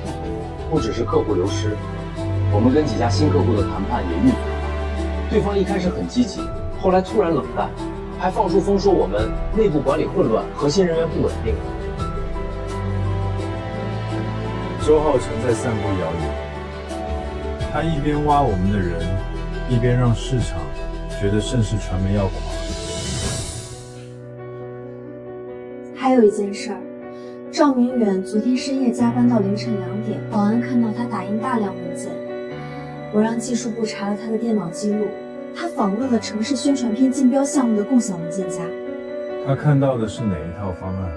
假的那套，真正的方案按照您的指示，只存在我个人的加密硬盘里，全公司只有您和我知道。好，让他拿去。陈总，赵明远叛变了，我们不处理吗？处理一个赵明远容易，但周浩辰会再安排第2个、第3个。我要做的不是抓间谍，是让周浩辰自己栽进坑里。竞标会在2周后，在那之前，所有人正常工作，不要让赵明远察觉到任何异常。另外，从今天起，西光文举对我们公司的日常办公用品供应全面升级。苏晴，你跟沈老板对接一下，把公司上下300多人的办公耗材全部换成西光的产品。既然是合作伙伴，就要从头到脚干干净净，不能让人抓住任何使用劣质产品的把柄。明白。周浩辰以为拿了我的方案就赢定，他不知道真正的棋局根本就不在棋盘上。他不知道真正的棋局根本就不在棋盘上。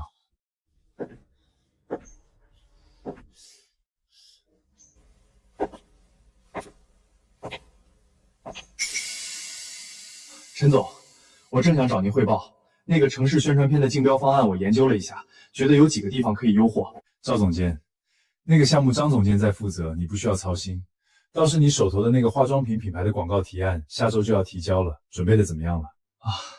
那个差不多了。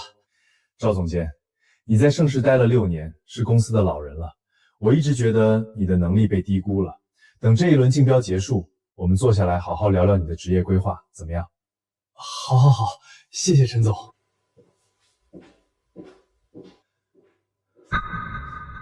他是不是发现了什么？不可能，不可能的，我做的天衣无缝。艺考浩谦，现能记平坦道歉，如何在法庭上争取孩子同情？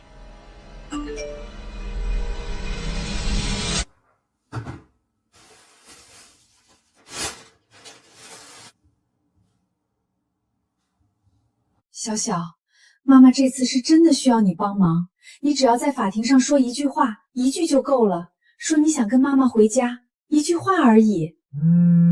等我要回了潇潇，周总给我安排的新工作就稳了。先把眼前这一关过了再说。等我要回了潇潇，周总给我安排的新工作就稳了。先把眼前这一关过了再说。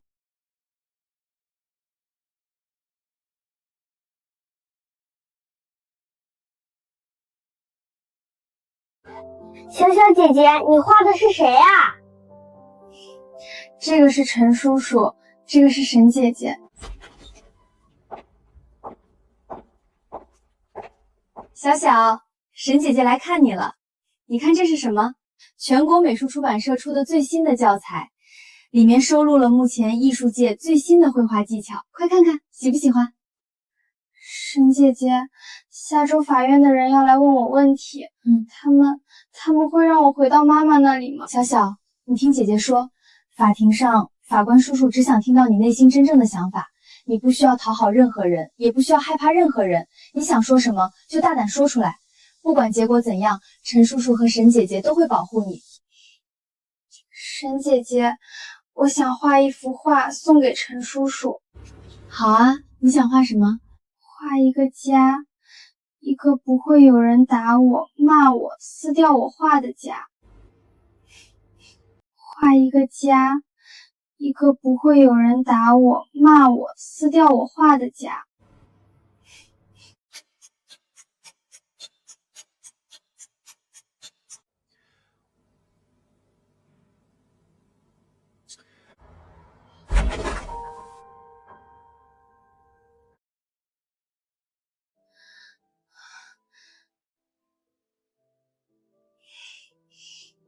小小，妈妈好想你，妈妈每天都在想你。小小，别紧张，叔叔问你几个问题，你按照自己心里的真实想法回答就好，不需要顾虑在场的任何人，可以吗？第一个问题，在教育保护中心的这段日子，你过得怎么样？挺好的，有干净的床，每天能吃饱饭。第二个问题，你愿意回到妈妈身边生活吗？我不想回去。小小，你在说什么？妈妈改了，妈妈不打你了，你忘了妈妈给你买的那条粉色裙子了吗？被告请安静，这里是法庭。小小，能告诉叔叔原因吗？妈妈心情不好的时候会打我，考试没考好打，客人退货打，生意不好也打。她用衣架打我的手臂，用拖鞋打我的后背，打完以后她会哭，说是因为太爱我了才打我。可是法官叔叔，爱一个人不应该是这样的。陈叔叔和沈姐姐告诉我，我可以说出自己真正的想法，不需要害怕。法官叔叔，我不想回去，我害怕。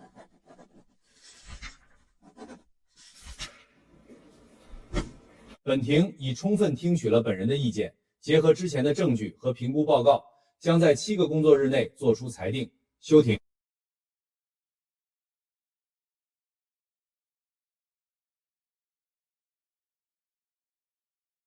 陈总，他说爱一个人不应该是这样的，18岁的孩子不应该说出这种话。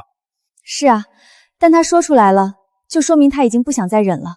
陈总，你做了正确的事儿。陈和，你毁了我的一切，你抢走了我的女儿，我诅咒你不得好死！沈老板，谢谢你这段时间对小小的照顾。那孩子今天能在法庭上说出真心话，你的功劳比我大。我只是做了任何一个正常人都会做的事，倒是你又要打官司，又要应对周浩辰，公司还有那么大一摊子事儿，你不是铁人，也要注意身体。放心，还没到倒下的时候。走吧，今天先去看看小小，他在法庭上一定吓坏了。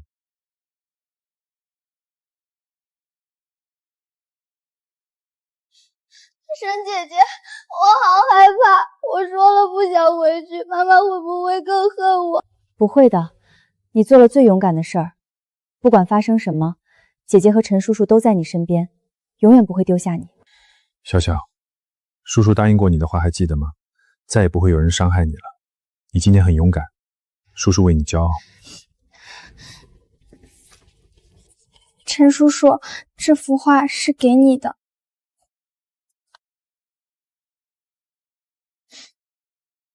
画得真好，谢谢你，小小。画得真好，谢谢你，小小。光影海城，用镜头重新定义城市之美，创意角度从城市夜景入手，主打航拍和时间加速摄影，配合国际知名导演团队，预算报价2800万。通知创意部，针对这个方案调整我们的竞标策略。他走国际范儿，我们就走烟火气，从市井生活入手，打情感牌。报价嘛，压他200万，报2600。周总英明，这样评审组会觉得我们更接地气，性价比更高。不只是性价比，陈赫的方案我已经看透了。竞标那天我会让人提几个问题，恰好能暴露他方案的短板，到时候他想调也来不及了。陈赫啊陈赫，你以为你是海城的王，这把椅子该换人坐了。陈总，技术查到了赵明远的记录，3天前他把方案拷贝到了个人 U 盘，当天晚上他的手机通话记录里出现了一个号码，经核实是宏达传媒行政部的座机。果然，方案已经到了周浩辰手里。好在他拿到的是假方案。陈总，竞标只剩10天了，真方案的进度……真方案我已经在做了，不走国际范儿，也不走烟火气，我要走一条他们谁都想不到的路。什么路？新旧对话，把海城的历史影像和现代都市做时空拼贴，用老照片、旧新闻胶片和今天的同一地点做对比，让观众在2个时代之间穿梭。不请国际大导，请海城本地的纪录片导演，真实、有温度、有根。这个创意太绝了，而且成本可控，报价可以做到2300以下。重点不在价格，这个方案的优势是它不只是广告片，是一封写给海城的情书。评审团都是海城人，看到老照片和今天的对比，情感共鸣挡不住。苏晴，这个方案从现在开始只有你和我知道，任何人都不能看到，包括赵明宇。竞标会当天，我亲自上台汇报。苏晴，这个方案从现在开始只有你和我知道，任何人都不能看到，包括赵明宇。竞标会当天，我亲自上台汇报。陈赫，你的方案我已研究了10天，每一个创意亮点我都做了差异化应对。今天你注定是陪跑的。各位评审老师好，宏达传媒此次竞标主题是人间烟火城市之心。我们不追求炫技航拍和特效，而是把镜头对准城市里最真实、最动人的普通人和他们的故事。方案报价2600万。你的光影海城方案比我高200万预算，创意更空洞。陈赫，今天你输定了。在汇报之前，请允许我先给大家看一张照片。这个年轻人是我父亲，1993年拍的《解放路》，那是他刚来海城打工。我们的方案叫新旧对话，用历史影像和今天实景做时空对比蒙太奇。每一个镜头由海城人讲述自己和城市的故事，不是明星，不是航拍，不是特效，是这座城市里每一个真实的人和他们走过真实的路。不对，这不是赵明远给我的方案。报价控制在2300万以内，比市场均价低20%，品质绝不打折。报价控制在2300万以内，比市场均价低20%，品质绝不打折。陈和，你早就知道了。知道什么？赵明远，你故意让他拿到假方案，再让我按照假方案去做对策，你从一开始就在钓鱼。你以为我还会像以前一样任你拿捏吗？我告诉你，这次我一定会让你输得连底裤都不剩。周总，你说的对，但你有没有想过，如果你不起那个贪心，不花钱去买我的商业机密，就算我放了100个鱼饵，也钓不到你。周总，有句话我送给你：做传媒的人靠的应该是创意和诚信，而不是偷窃和阴谋。你花大价钱买通我的员工，收买李丽娟做棋子，甚至干预银行抽贷来破坏我的供应链，这些手段说轻了是不正当竞争，说重了是商业犯罪。你最好祈祷我手里的证据不会出现在法庭上的人。陈和，你在威胁我？不是威胁，是提醒。我不想跟你打官司，因为那样对整个海城传媒行业都不好。但如果你继续搞小动作，不管是针对我的公司、我的合作伙伴，还是一个18岁的孩子，我会让你知道什么叫代价。陈和，你赢了这一局，但这场棋还没有下完。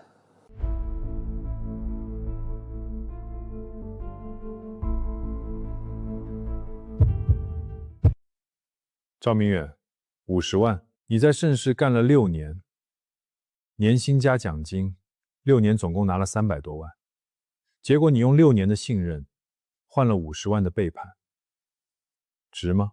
陈总，我知道错了，我是被李丽娟那个女人忽悠的，是她说周浩辰能给我副总裁的位子。你是成年人，没有人能忽悠一个不想被忽悠的人。你心里不满我没提拔你，这是事实，我可以反思。但你选择出卖公司机密，这是你的人品问题，跟任何人无关。从今天起，你不再是盛世传媒的员工，公司法务部会对你的行为进行全面评估，如果涉及违法事项，将依法追究。另外，那50万是赃款，1分都不会让你留。陈总，求你给我一次机会。我给过你机会，6年来我给了你足够多的机会。赵明远，做人做事，良心丢了，就什么都没了。这句话你记住，做人做事，良心丢了，就什么都没了。陈总，法院的裁定下来了。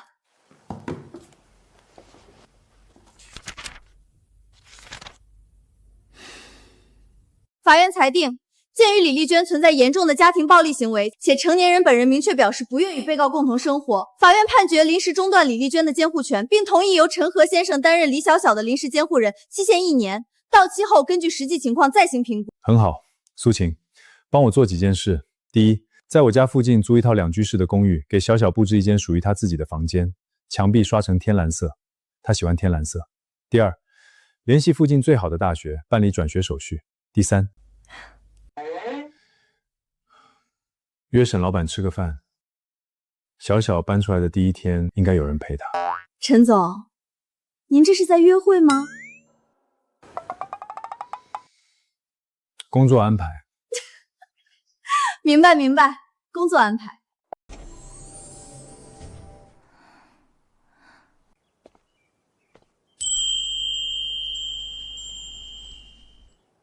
陈叔叔，沈姐姐，我可以走了吗？可以了，走吧，回家。走，陈叔带你回家。回家后，我要陈叔你做我的素描模特。好，你说做什么就做什么。回家后，我要陈叔你做我的素描模特。好。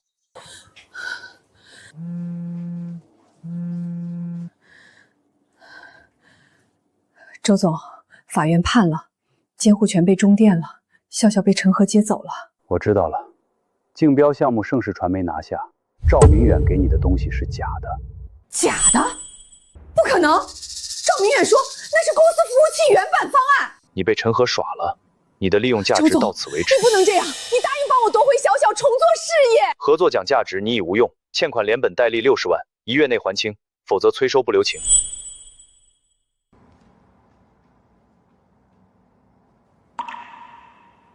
我就是棋子，陈和周浩辰都在利用我，谁是敌人？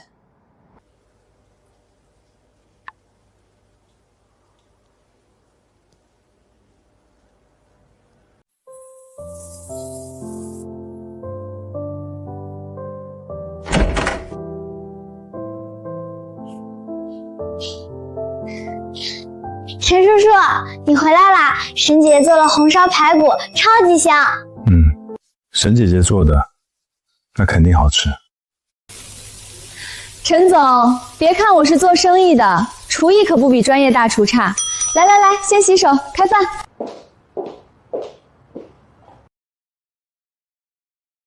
陈叔，你吃。谢谢小小，你也多吃点，正在长身体。这个男人看起来冷冰冰的，对谁都一副公事公办的样子，可他对小小的好，却是骨子里的温柔。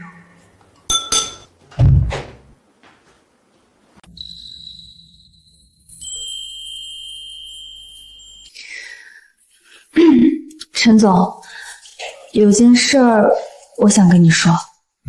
小小搬过来之后，状态好了很多。但他有时候半夜还是会做噩梦，醒了以后就坐在床上发呆，等天亮。他需要一个真正的家，不是临时监护，是那种永远不会消失的安全感。我知道，所以我已经让律师在准备正式的收养申请了。你要正式收养他？临时监护是有期限的，1年之后，如果李丽娟再来闹，再找什么律师打官司，小小就又要被推回风暴中心。我不想让他再经历那些了。正式收养是给他一个谁都夺不走的身份。你一个单身男人收养一个女孩，法律上可能会有很多障碍，审核、家访、社会评估，那些程序很复杂的。所以沈老板，收养审核的时候，他们可能会问小小身边有没有女性的家庭角色。如果你不介意的话，能不能以小小的生活顾问的身份，配合做一些审核和家访？陈和，你这个人连请人帮忙都说得像签合同一样。当然可以，不用说什么不情之请，我愿意的。当然可以，不用说什么不情之请，我愿意的。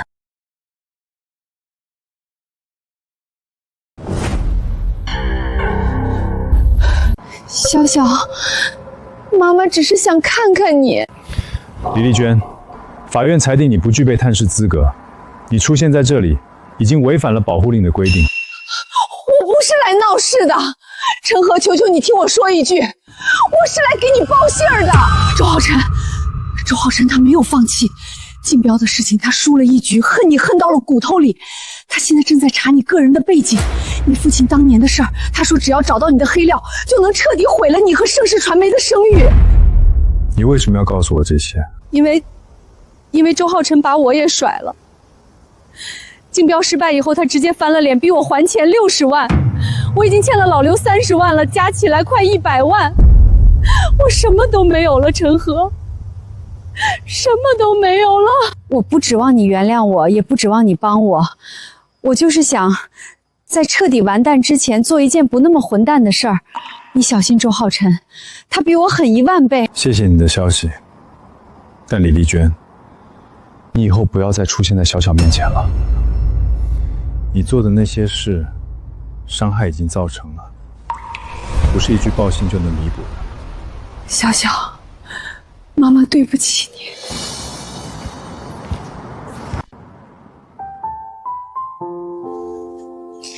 陈叔，妈妈好像变了。但有些伤害不是变了就能当做没发生过的。小小，走吧，出国留学班的张老师还等你过去做培训。但有些伤害不是变了就能当做没发生过的。小小，走吧，出国留学办的张老师还等你过去做培训。陈总，李丽娟说的那些话你信吗？他说的内容我暂时无法验证，但周浩辰这个人的行事风格我了解。竞标输了一局不会让他收手，反而会让他更加疯狂。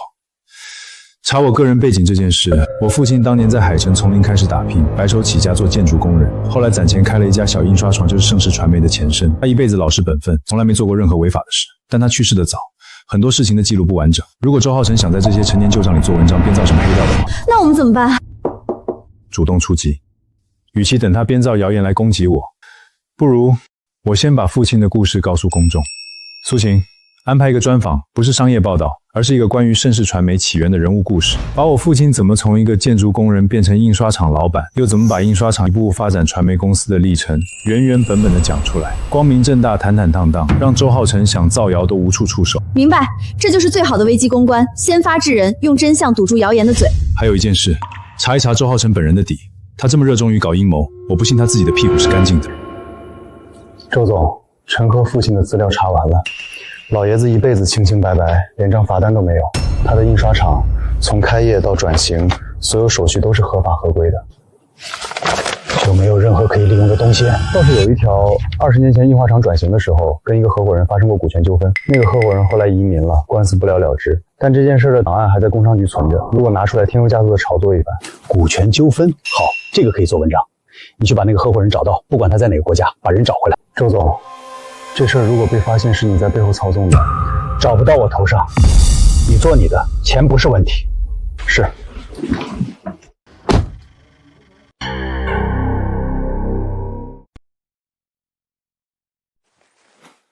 陈总，很多人只知道盛世传媒是海城传媒行业的标杆，却不知道它的前身只是一家小印刷厂。能跟我们讲讲这段故事吗？可以。盛世传媒的前身叫盛世印刷，是我父亲在1995年创办的。那年他32岁，刚从建筑工地上退下来，用省吃俭用攒了6年的8万块钱买了2台二手印刷机，在解放路的一间地下室里开了工。这是我父亲来海城的第一天，他推着自行车，口袋里只有30块钱。他常跟我说，做人做事只有一个原则，对得起自己的良心。从一家地下室印刷厂到今天海城最大的传媒集团，这中间一定经历了很多困难吧？困难太多了。最难的时候是2003年，印刷厂差点倒闭，当时所有人都劝我父亲放弃，但他一个人扛着所有的债务，挨家挨户去找客户，一张名片一张名片的递。他说，只要你的活对得起人家付的钱，客户就会回来。后来客户真的回来了。听说转型期间还发生过一些合伙人纠纷。有，当时有一位合伙人因为经营理念不同，跟我父亲产生了分歧，最后协商退股了。这件事的法律文书在工商局都有备案，所有过程合法合规，清清楚楚。父亲在世的时候常说，做生意可以有分歧，但不能做亏心事。他给了那位合伙人应得的每一分钱，没有拖欠过一天。最后一个问题，您觉得您父亲对您影响最大的是什么？良心。他教会我，不管做什么行业，良心是底线。没有良心的生意做得再大，也只是一座沙子堆的城堡，风一吹就塌了。盛世传媒能走到今天，不是因为我有多聪明，是因为我父亲给我打下了一个干干净净的地基。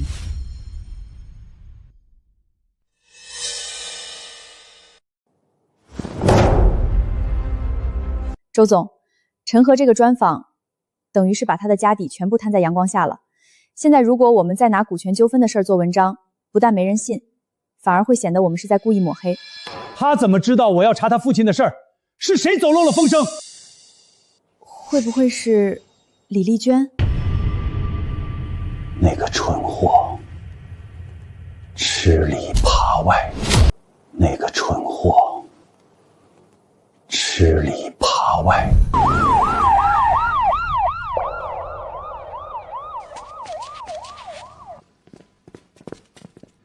请问哪位是李丽娟？李丽娟女士，有人以你的名义向公安机关提交了一份关于宏达传媒集团涉嫌商业贿赂和不正当竞争的举报材料，其中涉你本人提供的录音证据，我们需要你配合调查。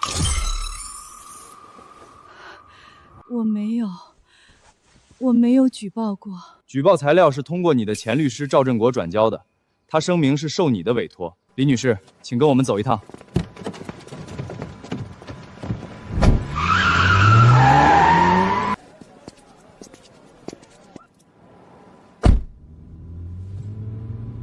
全都完了，全都完了。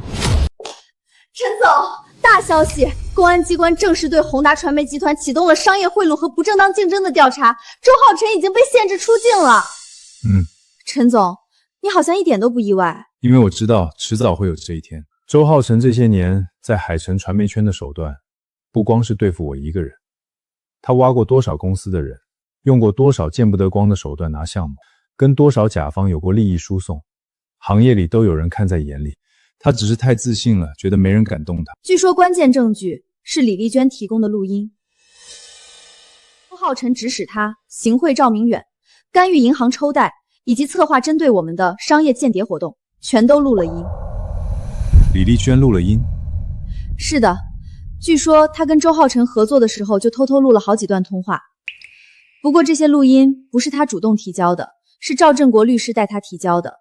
赵振国被周浩辰翻脸甩了之后，自己去了警察局。李丽娟这个女人做了一辈子损人利己的事，到头来却因为自己的小聪明，无意中干了一件正确的事。陈总，您觉得他是有意的吗？不重要了，重要的是周浩辰不会再来找我们的麻烦了。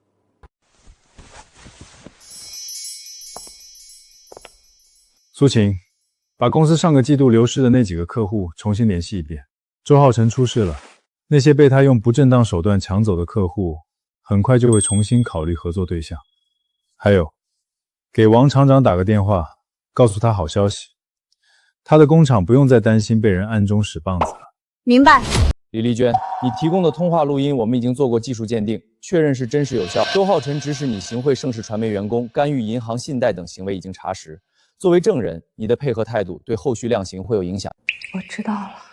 还有一件事，关于你之前涉嫌售伪劣产品的案件，盛世传媒的诉讼还在进行中，但考虑到你在宏达传媒案中提供了关键证据，检察院有可能会建议对你从轻处理。警察同志，我能问一件事吗？我女儿，她现在好吗？我不负责这件事，但据我所知，你女儿现在由陈和先生担任临时监护人，生活和学习情况都很稳定。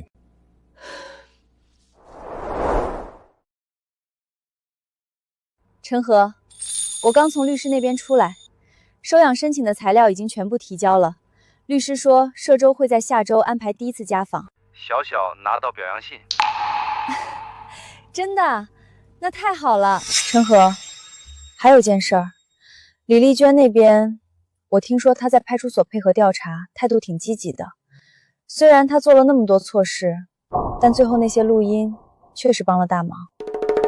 你恨她吗？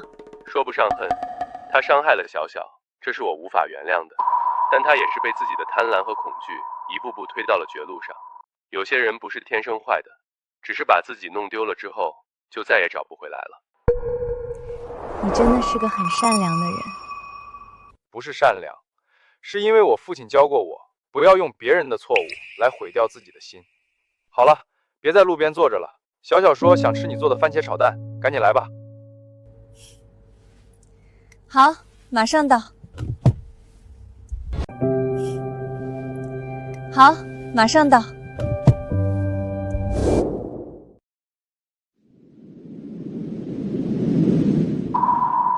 经本院审理查明，被告人周浩辰作为宏达传媒集团实际控制人，利用商业贿赂手段收买竞争对核心员工，窃取商业机密，干预金融机构正常信贷活动，破坏市场秩序，情节严重。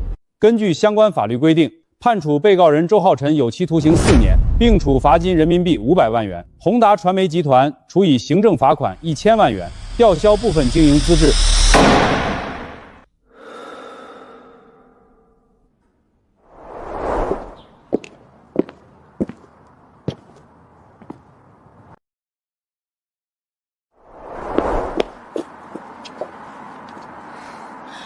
结果怎么样？4年。终于结束了。是啊，结束了。不管是李丽娟还是周浩辰，他们都为自己的选择付出了代价。但说实话，这个过程中没有真正的赢家。一个女人毁了自己的一生和女儿的童年，一个企业家毁了自己的自由和声誉。如果他们当初能守住底线，这一切本来都不会发生。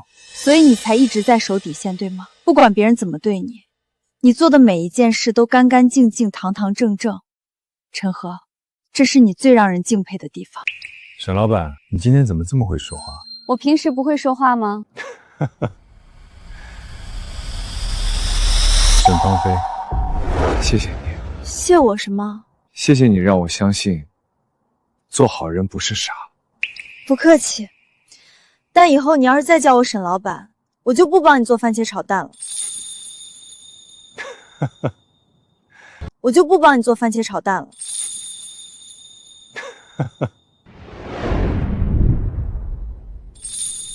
各位，上半年我们的线上线下总销售额突破了2000万。我们用半年的时间证明了一件事：诚信经营不是口号，是真正的商业壁垒。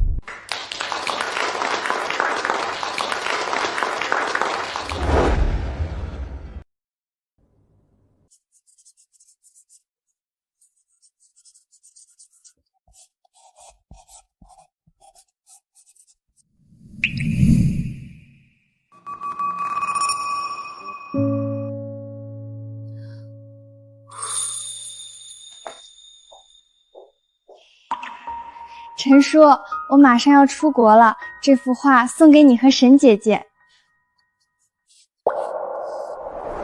沈姐姐，陈叔，我可以问你们一个问题吗？什么问题？你们以后会结婚吗？这个问题太复杂了，你不需要了解。我去洗碗。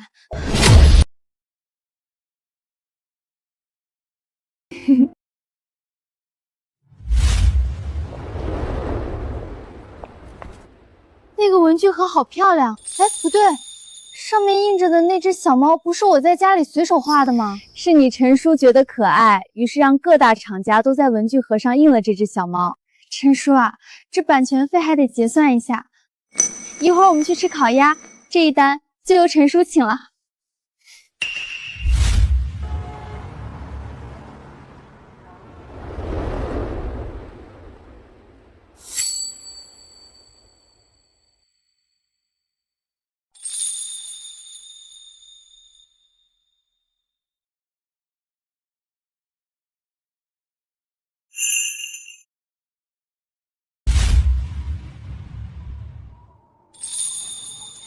陈总，你今天太阳打西边出来了。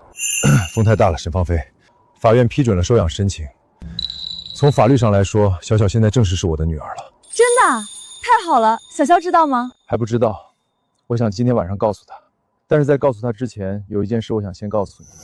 这1年多来，从最开始的合作到后来一起照顾小小，一起经历了这么多事儿，我不太会说那些花哨的话，但我想让你知道，你不只是我的合作伙伴，也不只是小小的沈姐姐。你是我想一直走下去的人。陈和，你知道小小上次问我们会不会结婚，你说太复杂了，现在还复杂吗？不复杂了。小小，叔叔有一件很重要的事要告诉你。什么事？从今天起，你不再是叔叔的临时监护对象。为什么？你是不是不要我了？不是，是因为从今天起，你正式成为了陈小小，我是你的爸爸。爸爸。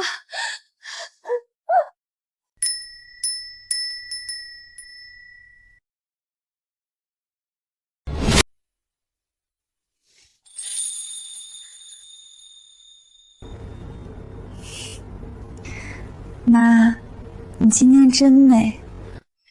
小小，谢谢你。如果不是你，我和你爸也走不到今天。那是，我可是你们的头号红娘。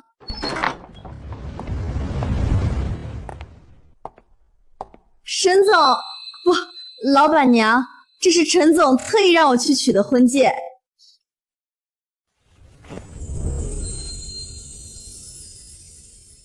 这个工作狂，连结婚戒指都要刻上企业文化，这是爸的底线嘛？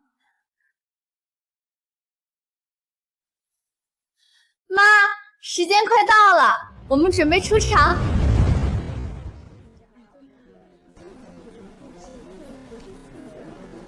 陈总，恭喜恭喜！今天这喜酒，我老王必须多喝几杯。王叔，西光文具能有今天，多亏了您的生产线。今天放开了喝。陈总、沈总，这可是咱们海城商界的强强联手啊！以后还要多多关照。好说，只要大家守住规矩，干干净净做生意，盛世的大门永远敞开。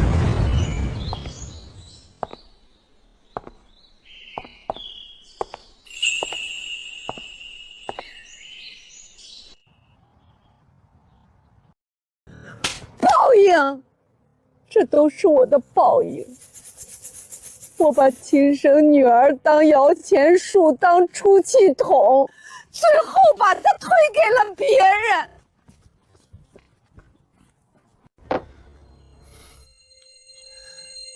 芳菲，感谢你走进我的生命，未来无论风雨，我都会护你们母女周全。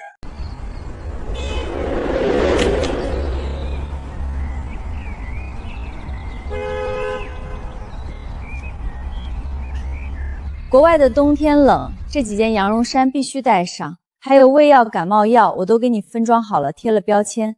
妈，我又不是去荒岛求生，圣地亚哥什么都有卖的。外面的东西能有妈准备的贴心，不许拿出来。小小，这个带上。爸，我有画笔了，带钢笔干嘛？小小，你出去是学艺术的，艺术需要灵感，更需要底线。这支笔代表着我和你妈是怎么起家的，也代表着盛世传媒和西光为主的。外面的世界很多，当你以后面临选择，面临名利的诱惑时，看看这支笔，记住不管走多远，飞多高，做事良心不能丢。爸，我记住了，人在，良心就在。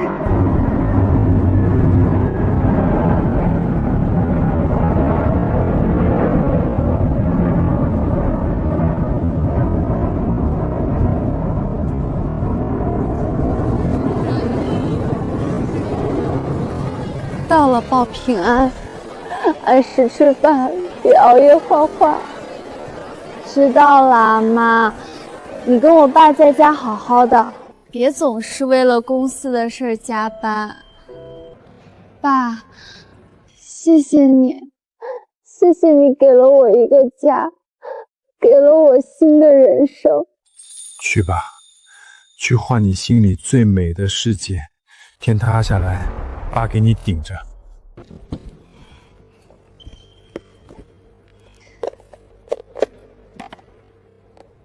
爸妈，你们放心，我这辈子绝不弄脏这支笔，绝不弄脏我的良心。子琪，我走了，再见，一路平安。